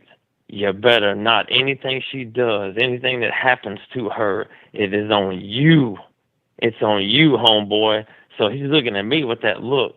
And I'm just telling you, man, at that point in my career, I was leaving Tennessee to go to Texas, and I was working 2 weeks on, 2 weeks off from here to Dallas, Texas. And that's another thing. I see why they're throwing hot boiling water on people in Dallas, Texas. But anyway, we'll talk about that later. But anyway, I digress on that. So I was going back and forth. What about I was 2 weeks on, 2 weeks off. I drove from here to Dallas, Texas, 12 hours for 2 days. And then guess what? DCS wanted to come to my house and have a visit. So you know what I had to do? Drive all the way 12 hours back home, because I just did the drive 2 days before that. I drove all the way back home just to meet with a dude to talk to me for like 10 minutes to make sure that we were all straight as a family. Everybody's happy. We're doing right by this kid, and everything is good. So the fact that this lady's over here throwing up gang signs on TV it really pisses me off, man. It's a destructive lifestyle, and you can see it in the lady's face. She didn't even care, dude. She didn't care at all. You get what I'm saying? Yeah, I do. And it really, really, it bothers me to the fact that we changed our life for this little girl to help raise this child. And thank God we did the right thing. Thank God she's doing good, But this dude is dead. And that woman was straight up on TV like, it's going to do what it do. Hey, it going to do what it do. It is what it is. Come on, man. This is a life. This dude, who even knows where his real mom and daddy's even at? And this dude is dead under the control of this woman that said they're going to do what they do. Come on, man. What are your thoughts about this? I want to hear your voice on this one. I was mortified when I saw the video. I was like, is this real? Like, I had a thought at first it might have been some kind of skit, because sometimes you see things on the internet and it's not really real. It appears to be real, but it's not. But when I looked again and I saw that it was real sources, it was real being posted by real sources, and it was on the KTLA, I'm like, okay, this is the reason why a lot of these neighborhoods descended to violence, because how can you have any kind of forward progress in the place with people like that who are the mothers and the fathers? How can the child survive in a place like that? They're pretty much doomed from the beginning. Yeah, and I'm just tripping because we had a dude that was like scheduled to come by, but then he would also just pop up whenever he felt like a pop-up. He would pop up to make sure we was cool and make sure we was taking care of her, right? So I'm tripping on the fact that I had to go through so much, man, just to help take care of somebody who was in need and somebody that needed a family and somebody that was hurting. Where are the people that should have been doing that to this woman? I was just like you. I thought it was fake. My brother sent it to me. I thought it was a skit. I thought it was another girl throwing some McDonald's in the middle of the street. I really did. Thought it was just a little skit thing until the dude was on, the little camera dude said, "Oh, I hope your adopted son is okay." Well, I heard he passed. It's gonna do what they do. It's the weekend. It's gonna do what it's gonna do. Huh?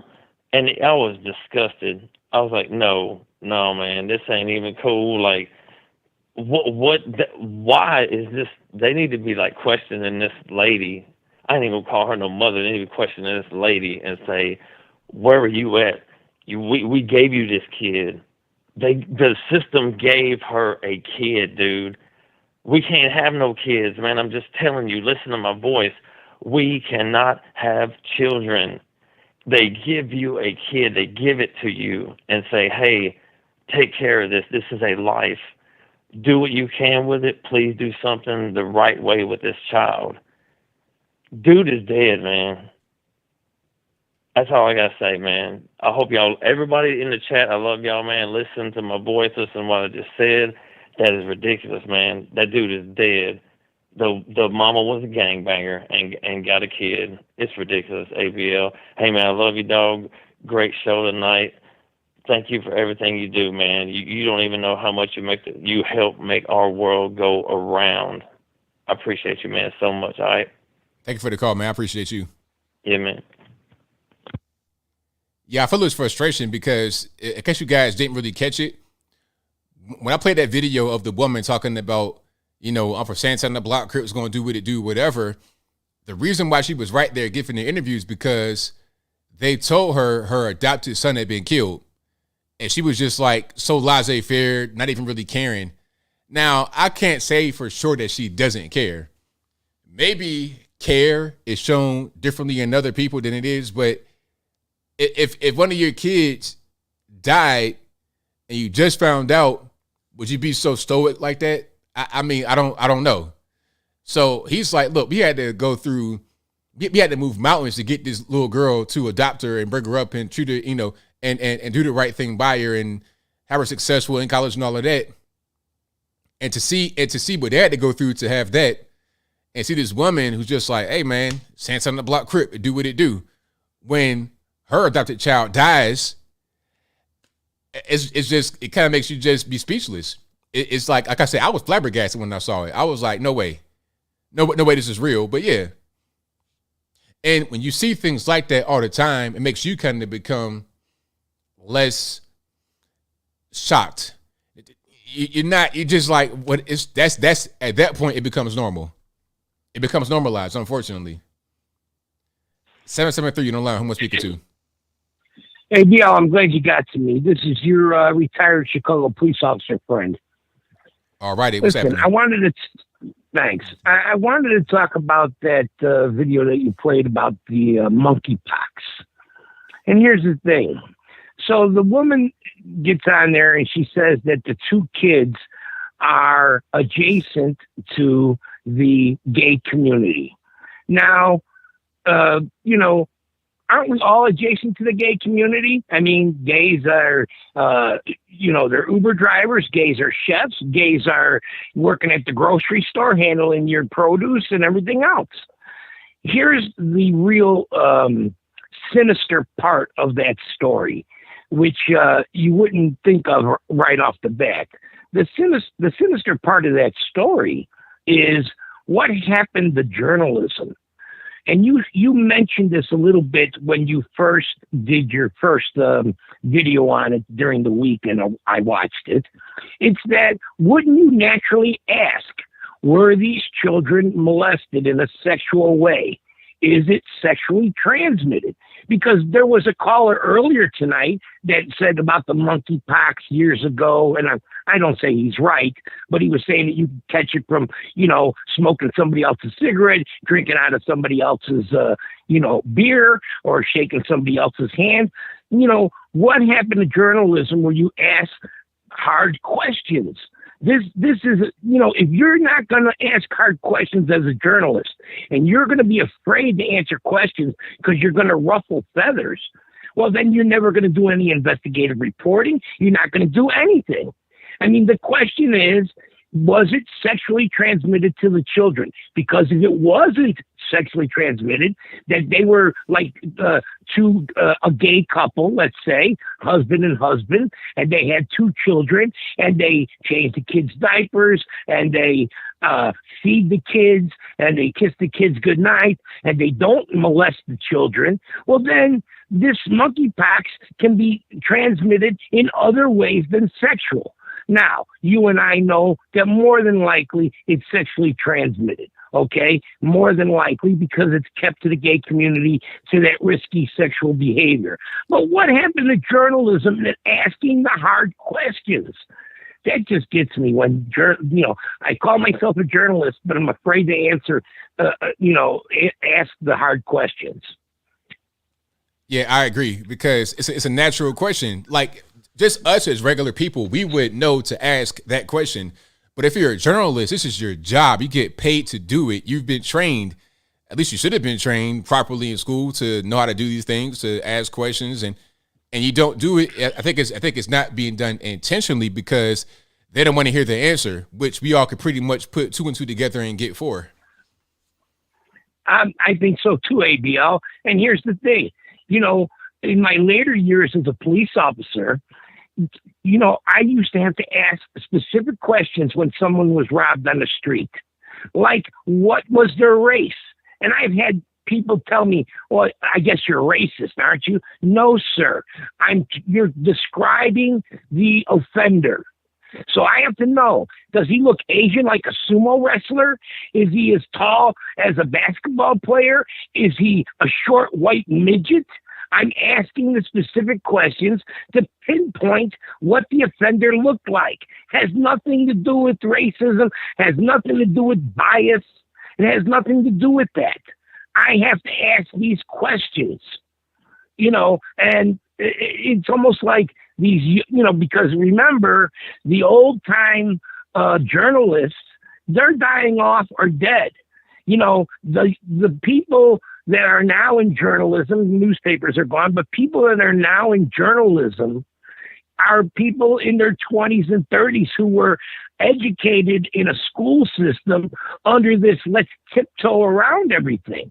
This is why a program like yours is so important, because, you've almost become the new news. The news is afraid to say, they'll tell a story where a group of people, young youths in downtown Chicago victimized 15 people downtown in a night and never describe what they look like. Never described, their clothing, never described them at all. Because why? Well, we don't want to be accused of saying that they were black, or we don't want to be accused of saying that they were Hispanic. It's ridiculous. It's ridiculous. I agree, 100%. I guess, yeah, and I would like to say one other thing about the Taco Bell thing. It's all proportionality. I mean, those were some severe burns, but the thing is, don't go behind the counter. And if you want to act ghetto, and you know what? The Taco Bell employees were acting ghetto also. The one guy actually, they said that he pulled out a gun. The one Taco Bell kid pulled out a gun at the end. And, the employee, the customers were acting ghetto. Well, then learn something from the ghetto, because I worked in the ghetto for years and years. And what you learn from the ghetto is make your business like it's a currency exchange, where you have bulletproof glass and the food is exchanged through a little rotating window and you never have contact. And then and never come out of that booth. And if someone's stealing, you call the police, because that's the way, and you probably have seen it, ABL, that's the way those ghetto businesses, especially ones that are open all night, that's the way they operate. Every hot dog stand, every chicken wing place, every fish and chips place, they have bulletproof glass. The employees never come out of there. They have a little roundabout thing that spins around for you to give them the money, and they give you the food. And it almost like it's starting to become, that's needed. So that's my 2 cents. Love your show, ABL. I'm glad you got me in this week, and have a good night. Thanks for the call, man. Appreciate it. Thanks, ABL. Wow, that was a great call. I'm gonna go ahead and end it right there because we right pretty much at the end of the show. If you couldn't get on tonight, I'm sorry. It's not my fault. Please blame the white man. But I'll be back live again on Saturday. I mean, I'm here all the time doing pre-recorded videos. I got one coming out tomorrow. I already recorded today about the New Zealand, Australia rugby team that didn't want to wear the Pride Night jersey. Shout out to you for sending me that. One of you guys sent me that in the email, and I saw it again on my Twitter. So thank you guys for suggesting some news. I do read your emails. I may not always respond, but I definitely read your emails. So that's coming out tomorrow. And I got more coming out tomorrow as well, a lot more topics. If you have any news tips, please email me at contact@anthonyblogan.com. The email is always on the website, anthonyblogan.com/contact. Find everything right there, my email, my snail mail, all that good stuff. I got super chats on deck. I'm going to read those right quick, and then I wrap it on up, put the bowl clean on top. So where are we at here? Thank you to We Are Hammer for the donation. I appreciate you. Thank you to A. Kendall, who says, love your brother. Keep doing the good work. Will do. Thank you. Thank you to Butt versus Windshield, who says, Dr. Evil is alive and well. His name is Klaus Schwab.